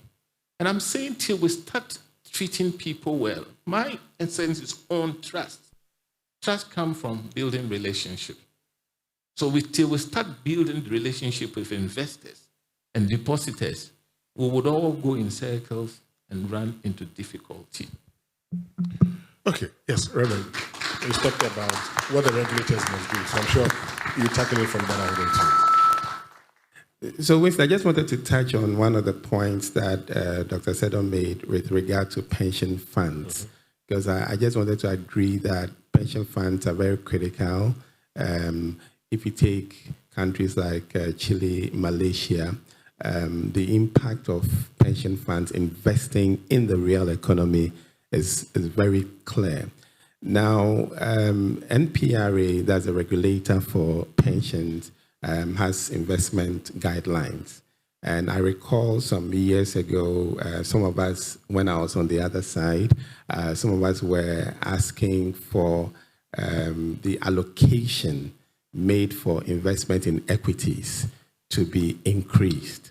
And you know the feedback I was given, the rep at NPRA said, look, this 5% that already is, that you are asking for an increase, even that amount is not being utilized by the pension trustees. They would rather park the money in government paper, okay? So there's also that element of, if you like, the managers of, I mean, the regulator will come up with a structure. Again, I know that the NPRA has revised the investment guidelines and has made allocation for what they call alternative investment, which is basically opening the options. So while there's there's a bid for government paper and the other traditional investment or asset classes, they have also introduced alternative investment. The question is, will the market or the market operators, will they take it up? Because the regulator can create the framework, but it would take the the market operators to take it up and then run with it. So I think we need to stress the fact that investments must continue. Investment in pensions is a critical one because of the sheer numbers, and it can make a significant impact when it comes to the macroeconomic environment. So, the regulator will play their role, and, the market operators must also do same. If I speak for the SEC, there are a number of things that we have introduced post the cleanup just to boost investor confidence, because having a strong regulator is important. There are a number of guidelines, for instance, that we have introduced to, if you like, check the behavior of the market operators. For instance, I can talk about the conduct of business guidelines that we issue to ensure that there's a way in which the market operators behave, the way they organize their corporate governance. We have introduced investment guidelines, which basically gives guidance. And let me say that when I talk about guidelines, it has the force of law. It's not a suggestion. Okay. You need to go by it. But it will let you know that when it comes to related party transactions, which sometimes is a problem. And indeed, if you go back to the crisis, it's part of the issues that we have provisions. So the regulator will continue to look at the regulatory architecture, strengthening the supervision, and just make sure that people are staying on the the straight and narrow path. So I believe that regulators, as we continue to engage, at least from where I sit, I can see a lot of engagement and basically making sure that we put in place, we strengthen the structures of supervision to elicit the kind of confidence from the market. We are, for instance, looking at creating the Investor Protection Fund. With the banking sector, they have the deposit insurance. In the capital market, we have the Fidelity Fund, but that's really for the stock exchange. But we are looking at a broader fund to provide some kind of a safety net. When you talk about safety net, it goes with the issue of moral hazard, because if people know that there's a safety net, then they can be a bit reckless or take excessive risk. Exactly. But basically, we're looking at how to strengthen the regulatory architecture to give or elicit more confidence. Yes. Before we get to all those gathered here, so anybody who has a question could ask. Yes, Dr. Sada, you want to make a point? My reaction has to do with the regulators. Regulators are also required to develop the market. So you are raking in a lot of money through pensions. You should be thinking of where those monies will be channeled into. So what should be complementing the pension activity is the development of the capital market and identifying projects into which you direct the pension funds to go. If we don't do that, what they will do is give it to what I call Mr. Government. And that is where I think seriously we are not pulling our weight. Great. Before we take all the questions, Professor Texon, it's important we look at how we can build a resilient economy, macroeconomy. We've talked about the fact that it impacts our investments and all. Briefly, what must be done? Well, to build a resilient economy, we need to first look at our fiscals. We need to ensure that we rationalize expenditure so that we don't have a situation where we are always running huge fiscal deficits. To build the resilience that would help, when the IMF left in 2019, okay, if you look at the period that they were with us from 2016 thereabout to 2019, we had started building the resilience that we were aspiring to get to. Inflation was getting to very low levels. At one point, our fiscal deficit was 3.8, 4.7. So we are moving on the path of building a resilience that was going to withstand shocks if they came from the external sector. So when I hear politicians say, oh, COVID dealt a blow, to some extent that is true. It just shook our resilience because we are not built up the resilience yet when COVID came in. But one way in which we can build a resilient economy, and I've heard Dr. Sedo say that over and over, that we need to bring inflation down, and that is important. I know the central bank has made enough moves to try to contain inflation. It looks like we are getting to a point where inflation is going to decline as we move on. But we also need, as much as possible, to ensure that we do not go onto the market with those huge rates to borrow money to finance consumption. Okay. I mean, we've said it over and over that this is the time Ghana has to have a conversation on whether we even need 230 members of parliament. Do we need that number? Shouldn't we look at having a discussion if we reduce the size of parliament and all that goes with it, the expenditure that goes with it? Do we always need a voters register in a year that we are going to have an election? If we invested in a Ghana card, can't it be enough for us to move ahead? Do we always have to pursue some of these subsidies that are highly inefficient? I mean, if you take a free SHS, for instance, I've said it over the years that I think that is a good concept. The financing is bad. I mean, do we have to subsidize parents who can pay for? And in any case, I mean, my wife just went to secondary school. It cost me well over 5,000 to even get the student there without paying any fee. I mean, really? Couldn't that money have been used to pay fees for the schools to provide for the kids, so that the government will look at using whatever savings it makes out of the free SHS to prioritize other sector by giving the business community the right environment? Dr. Sedo said it. I mean, we should take some industries that are showing promise and support them. Give them all the support they need to be able to generate enough foreign resources for us. I mean, Kasapreku, for instance, medicament is one of the things that Ghana has comparative advantage in. And they do a lot of that as well as other companies. What support are you giving them to be able to take advantage of the African Free Trade Area, to be able to produce and export to these countries so that we can rake in some forex?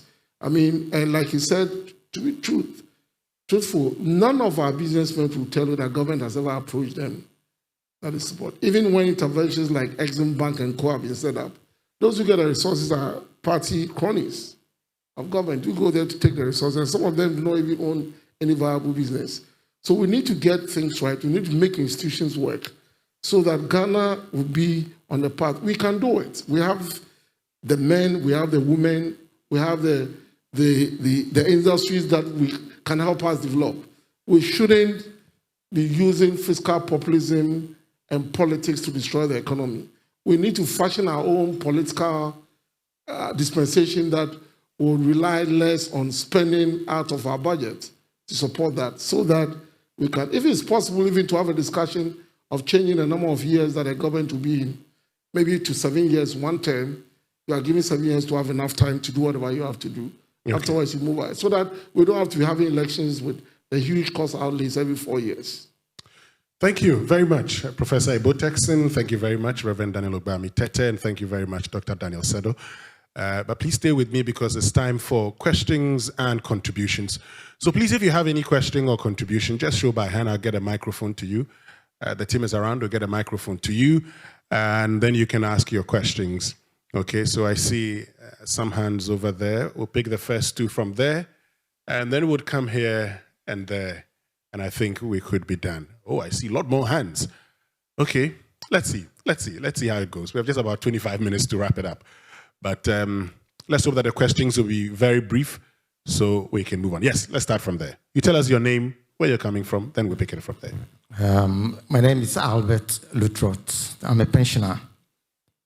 But I work with the Bestwell Group Company Limited. I want to know, we learned that pension funds have been exempted from the debt exchange. Now, as a pensioner, my little money that I earned from leaving work, I invested, just like our panelist said, I tried to diversify by putting parts in treasury bills, bought some M fund, and then the rest in B fund. Now I'm left with nothing. The treasury bills rates are so bad now, and my B fund and M fund, to understand haircuts, have affected them. Please, can you explain to me what my situation is? Because I'm a bit confused. Thank you. Thank you very much. Yes, let's get to the next question.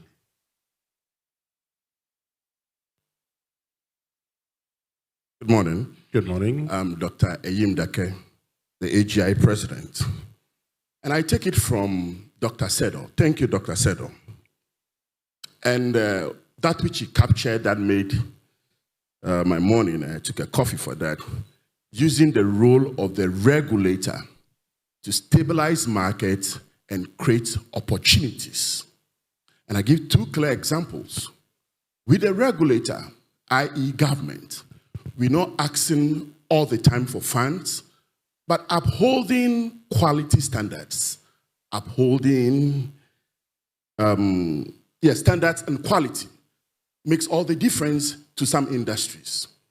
Furthermore, a clear example can be what is currently happening in the deregulated market of the downstream.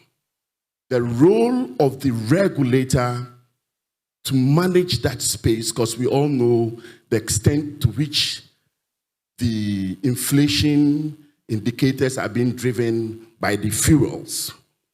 And therefore, if we could have the regulator stabilizing markets and creating opportunities, it makes a lot of difference in a least developing economy. Least developing economy has its characteristics, and therefore we need to emphasize on the role of the regulator. My other question is this, that was a contribution. The confidence level of most investors today in Ghana has been shattered. And I'm looking for 3 points from the panelists. I never heard anything about sanctions. From the days of the financial reforms to the DDE, we haven't seen any sanctions or clear sanction, naming and shaming of participants in this space. It makes a lot of difference to bring back our confidence. Thank you. Thank you very much, Dr. Eyim Dake. Let's get to the next question. Yes.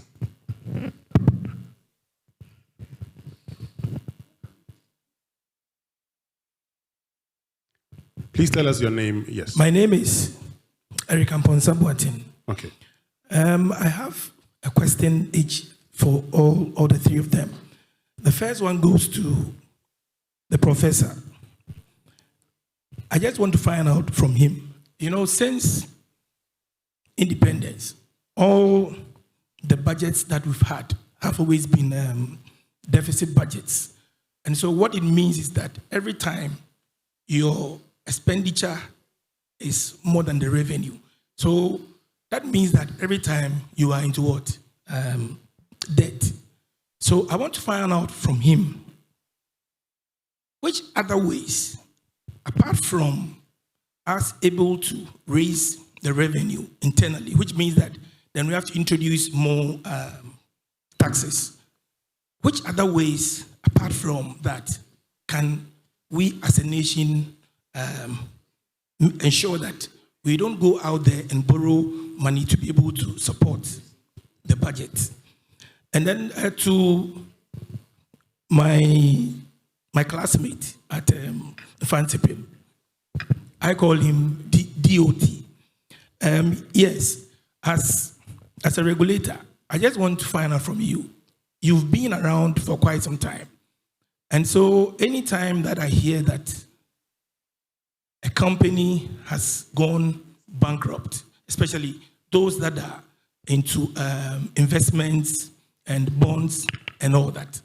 So the question is that, as a regulator, what measures did you put in place? Because I believe that if you had done the right thing, those companies shouldn't have gotten to where they got to.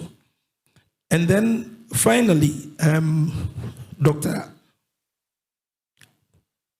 Sedo, yes, we all need to make informed decisions. And I believe that there has to be full disclosure and transparency, so that if I want to invest, okay, I know that if I do ABCD, these are the likely outcomes. Thank you. Thank you. Hello. Yes. Thank you. I'm Joseph for being president of GUTA. We are from the informal sector. And we were in the dark days during the revolution time when our monies were confiscated. I hope you all know. And people started putting their monies under the bed. It took government effort so many years in the early 80s to bring back hope into culture of savings. I hope you all know. And now, improper planning, mismanagement of our investment, bad policies is taking us back to those old days. We have to do something about it. We traders also diversify. We say we do excessive importation. Yes, because that's what we can better our lot. But still, we put some of our profit into investment, like savings in the bonds and treasury bills and all that. If it should become like it is now, then of course, we do not have any option than to do over trading, go back to our trading, and it doesn't help. Let's try and manage these systems very well to whip back confidence into the banking system and savings at large. Thank you. Thank you very much. I think we can pick a final one. Yes. Okay. I think I'll ask the final question, and it goes to the regulator. My name is Sam Ankra. I mean, it's well established that the regulator plays a very, very crucial role in building the financial markets. How is a regulator regulating their advisors? You just made a statement where you were being harassed to make an investment. What is the role of the regulator here? What is their function? Are they regulating the advisors? And if they are regulating the advisors, in what way? In UK, for instance, you can hold a PhD in economics, but you are not a financial advisor until you pass the FSA's exams. Although you'll be exempted from certain subjects, but the ethics and the practice of the professional is so crucial. So what is a regulator doing about it? Great. Yes, I think we can take the last one. Yes, please go ahead. My name is Joseph Echampon. I'm a lawyer.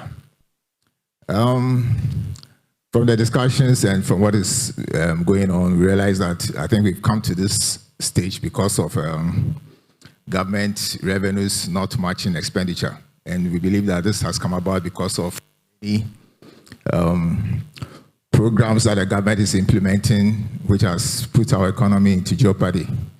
So what I'm advocating is that there should be an Electoral Accountability Act, which means that all political party manifestos on promises which may not be financially feasible may be subjected to approval by a body. And if it's not feasible to be implemented and it is found out that it will negatively impact our budget and our finances, it should not be approved. So that's my suggestion. Okay. Pardon me if it's too wide. Okay, I think we can take the final one now. Yes. Yeah, Edwin Anyanchi, former Director General of SEC. I have issues about building public confidence in this our market. The financial markets have only one asset, most important asset, is public confidence. Without public confidence, there is no financial market. The public confidence is what makes you take your money to somebody and still go home and sleep without thinking, because you know that when you need your money, you will get it. Public confidence. And that is why in the objects of financial services regulation, one of the three objects is the protection of consumer of financial services. Protection. The SEC people will say investor protection. If you don't protect investors, you won't get any confidence in the market. When this DDEP issue came, I did not see any regulator performing an investor protection role. The government is an issuer of securities, and people who are holding government securities must be protected. The fact that government securities will not go through regulations for approval before issuance does not mean people who are holding that document should not be protected. How come investors were told that I will not give you any interest whatsoever for 1 year? And regulators thought that they have no role to protect that investor. Regulators must protect investors. Look at what is happening at the other side of financial services, the savings and loans and the financial houses. For some 3 years, people cannot assess their investment with some of these institutions. And the Bank of Ghana is looking at it. They don't care.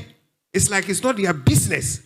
You put your money there. You put your money at a government-regulated financial services institution, and you can assess this, and nobody is looking at how do we get these investors' funds back to them. Investor protection. I am told Bank of Ghana says they cannot, under the Banking Act, the SGI Bank, they cannot provide liquidity support. Who drew up that law? Is it not the Bank of Ghana who brought that law? And you make sure you cannot give liquidity to support these people, for them to give back our monies to us, for this money to go back into circulation for small businesses and private people who are doing their work. Investor protection. If we can't do that, then we should forget about this market. We can't bring back any public confidence when the regulators are sitting down and they don't want to act. I expect Bank of Ghana to act immediately to save all those institutions that are keeping people's money and they can't have access to the money. So who should they go? Whom should they go? If you are in my village and your money is locked up, where do you go? Bank of Ghana and other regulators, you must protect investors. Otherwise, there will be no public confidence and there will be no financial market. Thank you.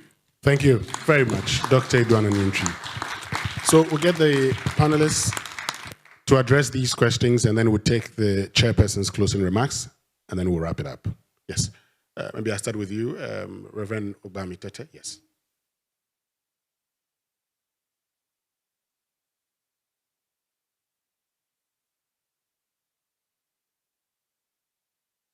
Okay, if the microphone is not working, okay, well, they're bringing us microphones.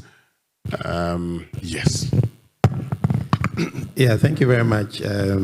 So I'll touch on a number of the questions relating to the regulator. Because of our time, briefly. For instance, Dr. Samankra asked about how we are regulating advisors, whether we are, and the answer is yes, we are. We license the investment advisors, we license reps of the various companies, the fund managers, the broker dealers. So without the license, you can't perform. We do mystery shopping from time to time to pick out if there are any that are performing the role of investment advisor without the requisite license. But in addition, we are introducing the continuous professional development program, which will require that because you may have the license, but we need to keep you on the cutting edge, and it's how we keep you informed or trained or educated. So that is being introduced this year, so that on a continuing basis, those who hold the valid license, they upgrade or update their knowledge and their practices.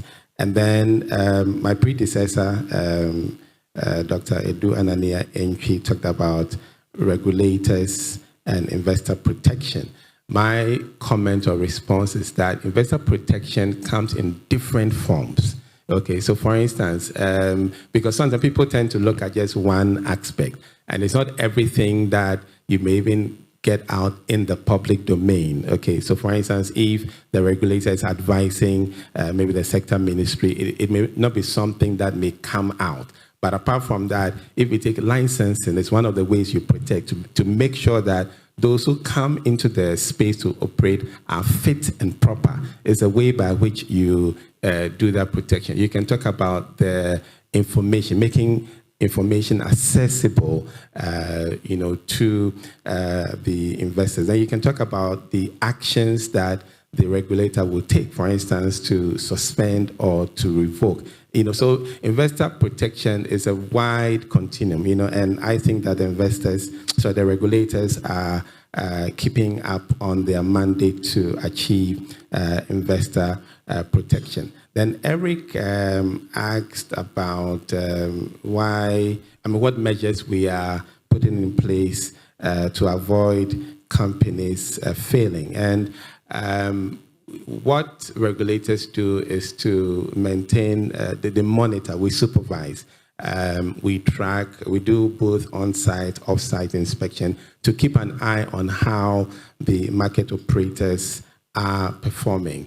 Now, sometimes there's what we call regulatory forbearance, in the sense that when, let's say, a market operator may be having issues, you don't immediately go in to pull the plug, as in to, revoke the license. You may allow for some time for the market regulator for the market operator to correct that. And that may appear as if the regulator is not acting, but it's not always that you go in, because there may be problem you want to allow for that. And let me say that, we recently heard of, like Silicon Valley Bank, Credit Suisse.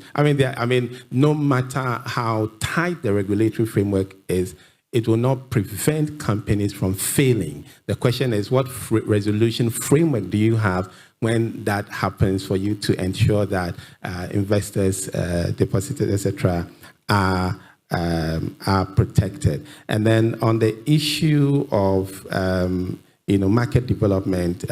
Market development is very much on the radar of regulators. We have, in 2021, we launched the Capital Market Master Plan, which is a 10-year plan providing a blueprint to develop the market. And one key area is development of products, to widen the diversity of investment products. And there are a number of, things in the pipeline. You'll be hearing of some REITs coming to the market. I know we have approved one, and a few more are coming through. So the issue of market development is still very much on our radar, and if you ask me, it's one of the ways you also engender confidence, because then you create opportunities for people to deploy their savings. And then Mr. Lutrot, who is a pensioner, he made a comment about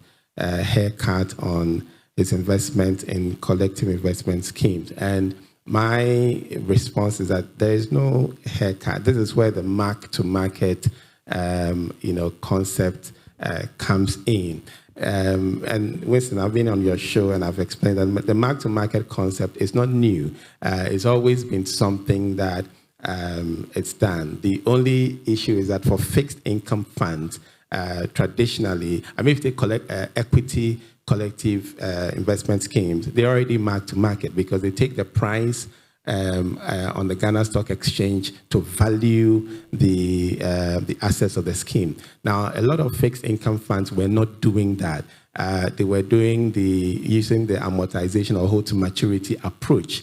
Okay, and giving what was happening in the economy last year, with interest rates going up, and then by the principle of the inverse relationship between bond prices and interest rates, bond prices were going down. So fixed income funds that were holding bonds were basically facing a situation where the value of the bonds, were going down. So if they went out to the market to sell, they would get a lower value. And so we had to force them to apply the mark-to-market for fixed income funds. So it's not a haircut issue. It's a question of what is the value of the securities the fund has invested in if they go to the market to buy today. And that's really what people are seeing in terms of a reduction in their investment in the fixed income funds. So mark-to-market is not a new concept.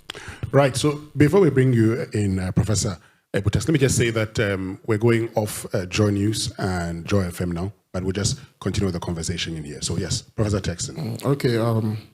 I just have one question thrown at me. I think that The fact that we've run huge deficits over the years since independence doesn't mean we can't do anything about it. As we speak, the African Center for Economic Transformation has been discussing the Ghana We Want framework.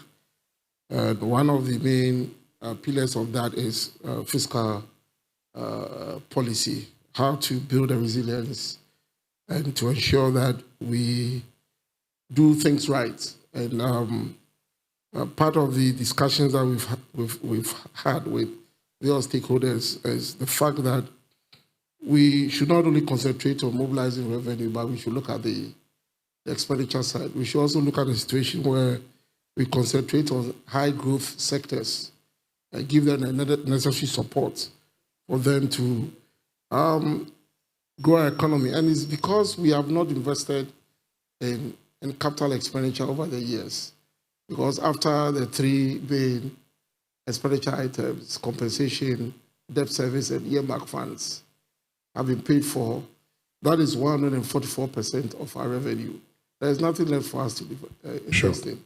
So it means that we need to take a look at how to cut down on the compensation to employees. And one of the ways we can do that is to reduce the size of government, also to wean off certain state-owned enterprises from government payroll. Some of them can run on their own budgets. And so we need to wean off. If you take universities, for instance, is it not possible for the government to allow the public universities to charge not too realistic, but maybe 60% of what a realistic tertiary education fee is, so that the universities can even use that to pay lecturers, so that lecturers will wean off the public sector wage bill, all of that. So yes, the deficits will be there. We are looking at reducing them to very low levels so that we don't borrow to pay for that. Then also to Dr. Obin, you guys should go on and invest. Don't overtrade. I mean, we need investment. And in fact, your resources when you invest will allow domestic firms to produce some of the goods that you are importing, and you don't need to import them. So go on and invest your resources in Ghana. Believe in Ghana, and definitely if we do it right, we should be able to make a headway in development. Thank you. Great. Finally, Dr. Sedo. Okay, thank you very much. I would pick it from where my good friend, Dr. Adwanani, left, and where Reverend also tried to react. Indeed, when you are speaking from the customer's perspective, the regulators really do not protect customers. And the regulators need to be told in the face, they need to up their games. Because it's the customers that come with the money that is invested. And it's not government that should be protected. Government is too big. So if you go on the side of government, you create more problem. I'll illustrate what Dr. Duanani said with a circular that came from the central bank. They say the old bonds, they will not admit it for capital adequacy computation. That creates problem. Who issued the old bond and who issued the new bond? It's the same government of Ghana. So what is it that you're trying to do? So look, we need to get a regulator to appreciate the fact that they need the investors, so they should work with the invested rather than the government. Then number two, the major problem we have as a people is we've structured ourselves believing that it's government that can look after all of us. We are deceiving ourselves. Government can't look after all of us. They will look after themselves before thinking about us. So we need to realign and say, if we are mobilizing money for investment, it should be productive things, not necessarily challenging through government. And that is where I will come back, that look, we need to develop the capital market properly. Now, another challenge we have with regulation is our inability to regulate conduct. Now, the regulators will tell you they can't regulate character, but at least we can regulate conduct. We know people have misbehaved, but they are walking on the streets and they are still very loud. People have lost their monies. We are doing nothing about them. If you take what has happened to the US, they came out to say that they won't use taxpayers' money to resolve the issue. It tells you that they build safety nets But where is our safety net? Personally, I have money with one of these institutions that still carries the license of Bank of Ghana. I can't access the money. Nobody is telling me anything. I mean, where is the confidence? So we are doing many things wrong. In as much as we try to encourage investment, look, we should tell the powers that be that they should start doing the right thing to encourage us to get into the investment space and do the proper investment. Above all, let us work to drop the inflation. If we tell Dr. Bing to invest and he's getting returns lower than what he gets when he's doing his trading, I mean, he's a rational being. What he would do is to overtrade, not to give money to government and to be told that whether we call it haircut or whatever it is, that's a loss to him. And that is his pension being taken away from him. So we should resolve to do what is right, and that will serve us well. Thank you very, very much, Dr. Daniel Sedo.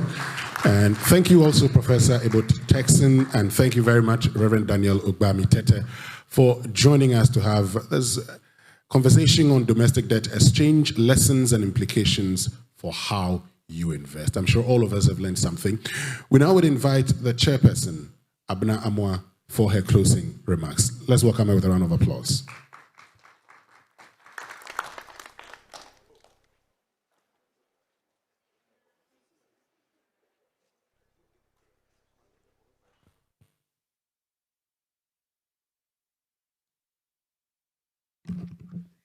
I think everyone deserves a big round of applause again. It's definitely been a very engaging morning, and we all agree investor confidence is shaken, it's eroded. But there are ways we can build back better. The macroeconomic environment is a big thing for all of us. Reverend set off that tone well, supported by Professor Texan. Government must rationalize and prioritize expenditure. There are just too many pet projects that we don't have funding for that we embark on and leave too many white elephants hanging. We must bring inflation down. Every panelist talked about that as well as participants here. And interest rates must come down. We cannot take expensive money to fund emoluments and pay back more debts.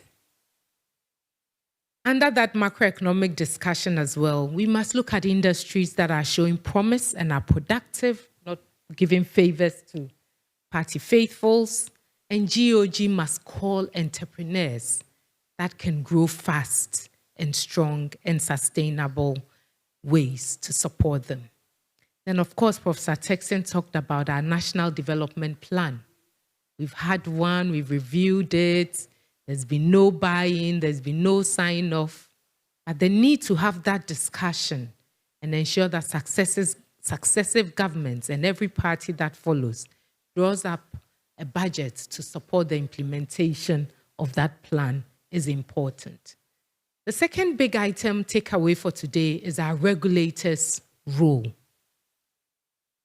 The regulators are to supervise market operators, so the training, their conduct, their performance to bring back investor confidence. They must protect investors. Cannot be just supporting government, but must be seen to protect investors. And one way of protecting investors is also holding those that are found culpable to account. Regulators must also develop businesses, create markets, look within local content, and create markets. We are talking about our pensions industry. Today, the private pensions have about 25 billion Ghana cedis of assets under management. How are regulators shaping the use of these long-term funds to develop our country? Professor Texan also talked about the Fiscal Council that has the power to bite and not just an advisory role to government.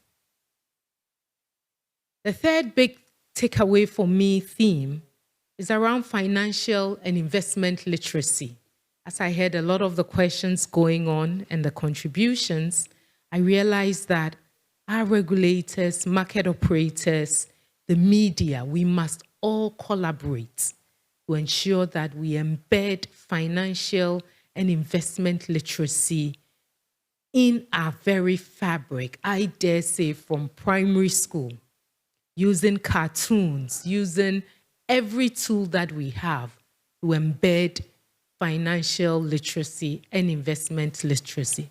Of course, Dr. Sedo also puts the ambit on the individual to educate themselves. Information dissemination is an important tool that falls also under this, to make sure that there's enough information going out and people are skilled to take that information, interpret them, and act on them.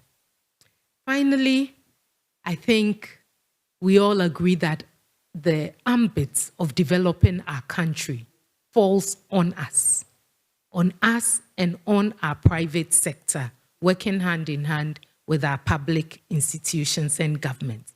And therefore, we must go on investing. Whether we are investing in our own businesses, we are investing in other people's businesses, we cannot afford the risk of stopping. We cannot afford the risk of developing other countries and creating jobs in other economies. So all of us must come together, develop our capital markets. Private sector operators can access capital, government can access capital, and together we invest in the productive sectors of the economy. Thank you, Graphic Business. Thank you, Stanbic Bank. Thank you, panelists, and our moderator. Thank you, audience. Have a good day. Thank you very much, Chairperson Abna Amwa, and thank you all for watching. We're still live on Joy News Channel, and thanks all of you for being present here. My name is Winston Amwa. I've been your moderator. Tomorrow on the Super Morning Show on Joy 99.7 FM, we'll continue the conversation. Have a lovely morning. Bye. Live from the Labadi Beach Hotel, we brought you the Graphic Business Stanbic Bank Breakfast meeting. And for this quarter, the theme has been domestic debt exchange, lessons and implications for how you invest. Hopefully you enjoyed that conversation. We have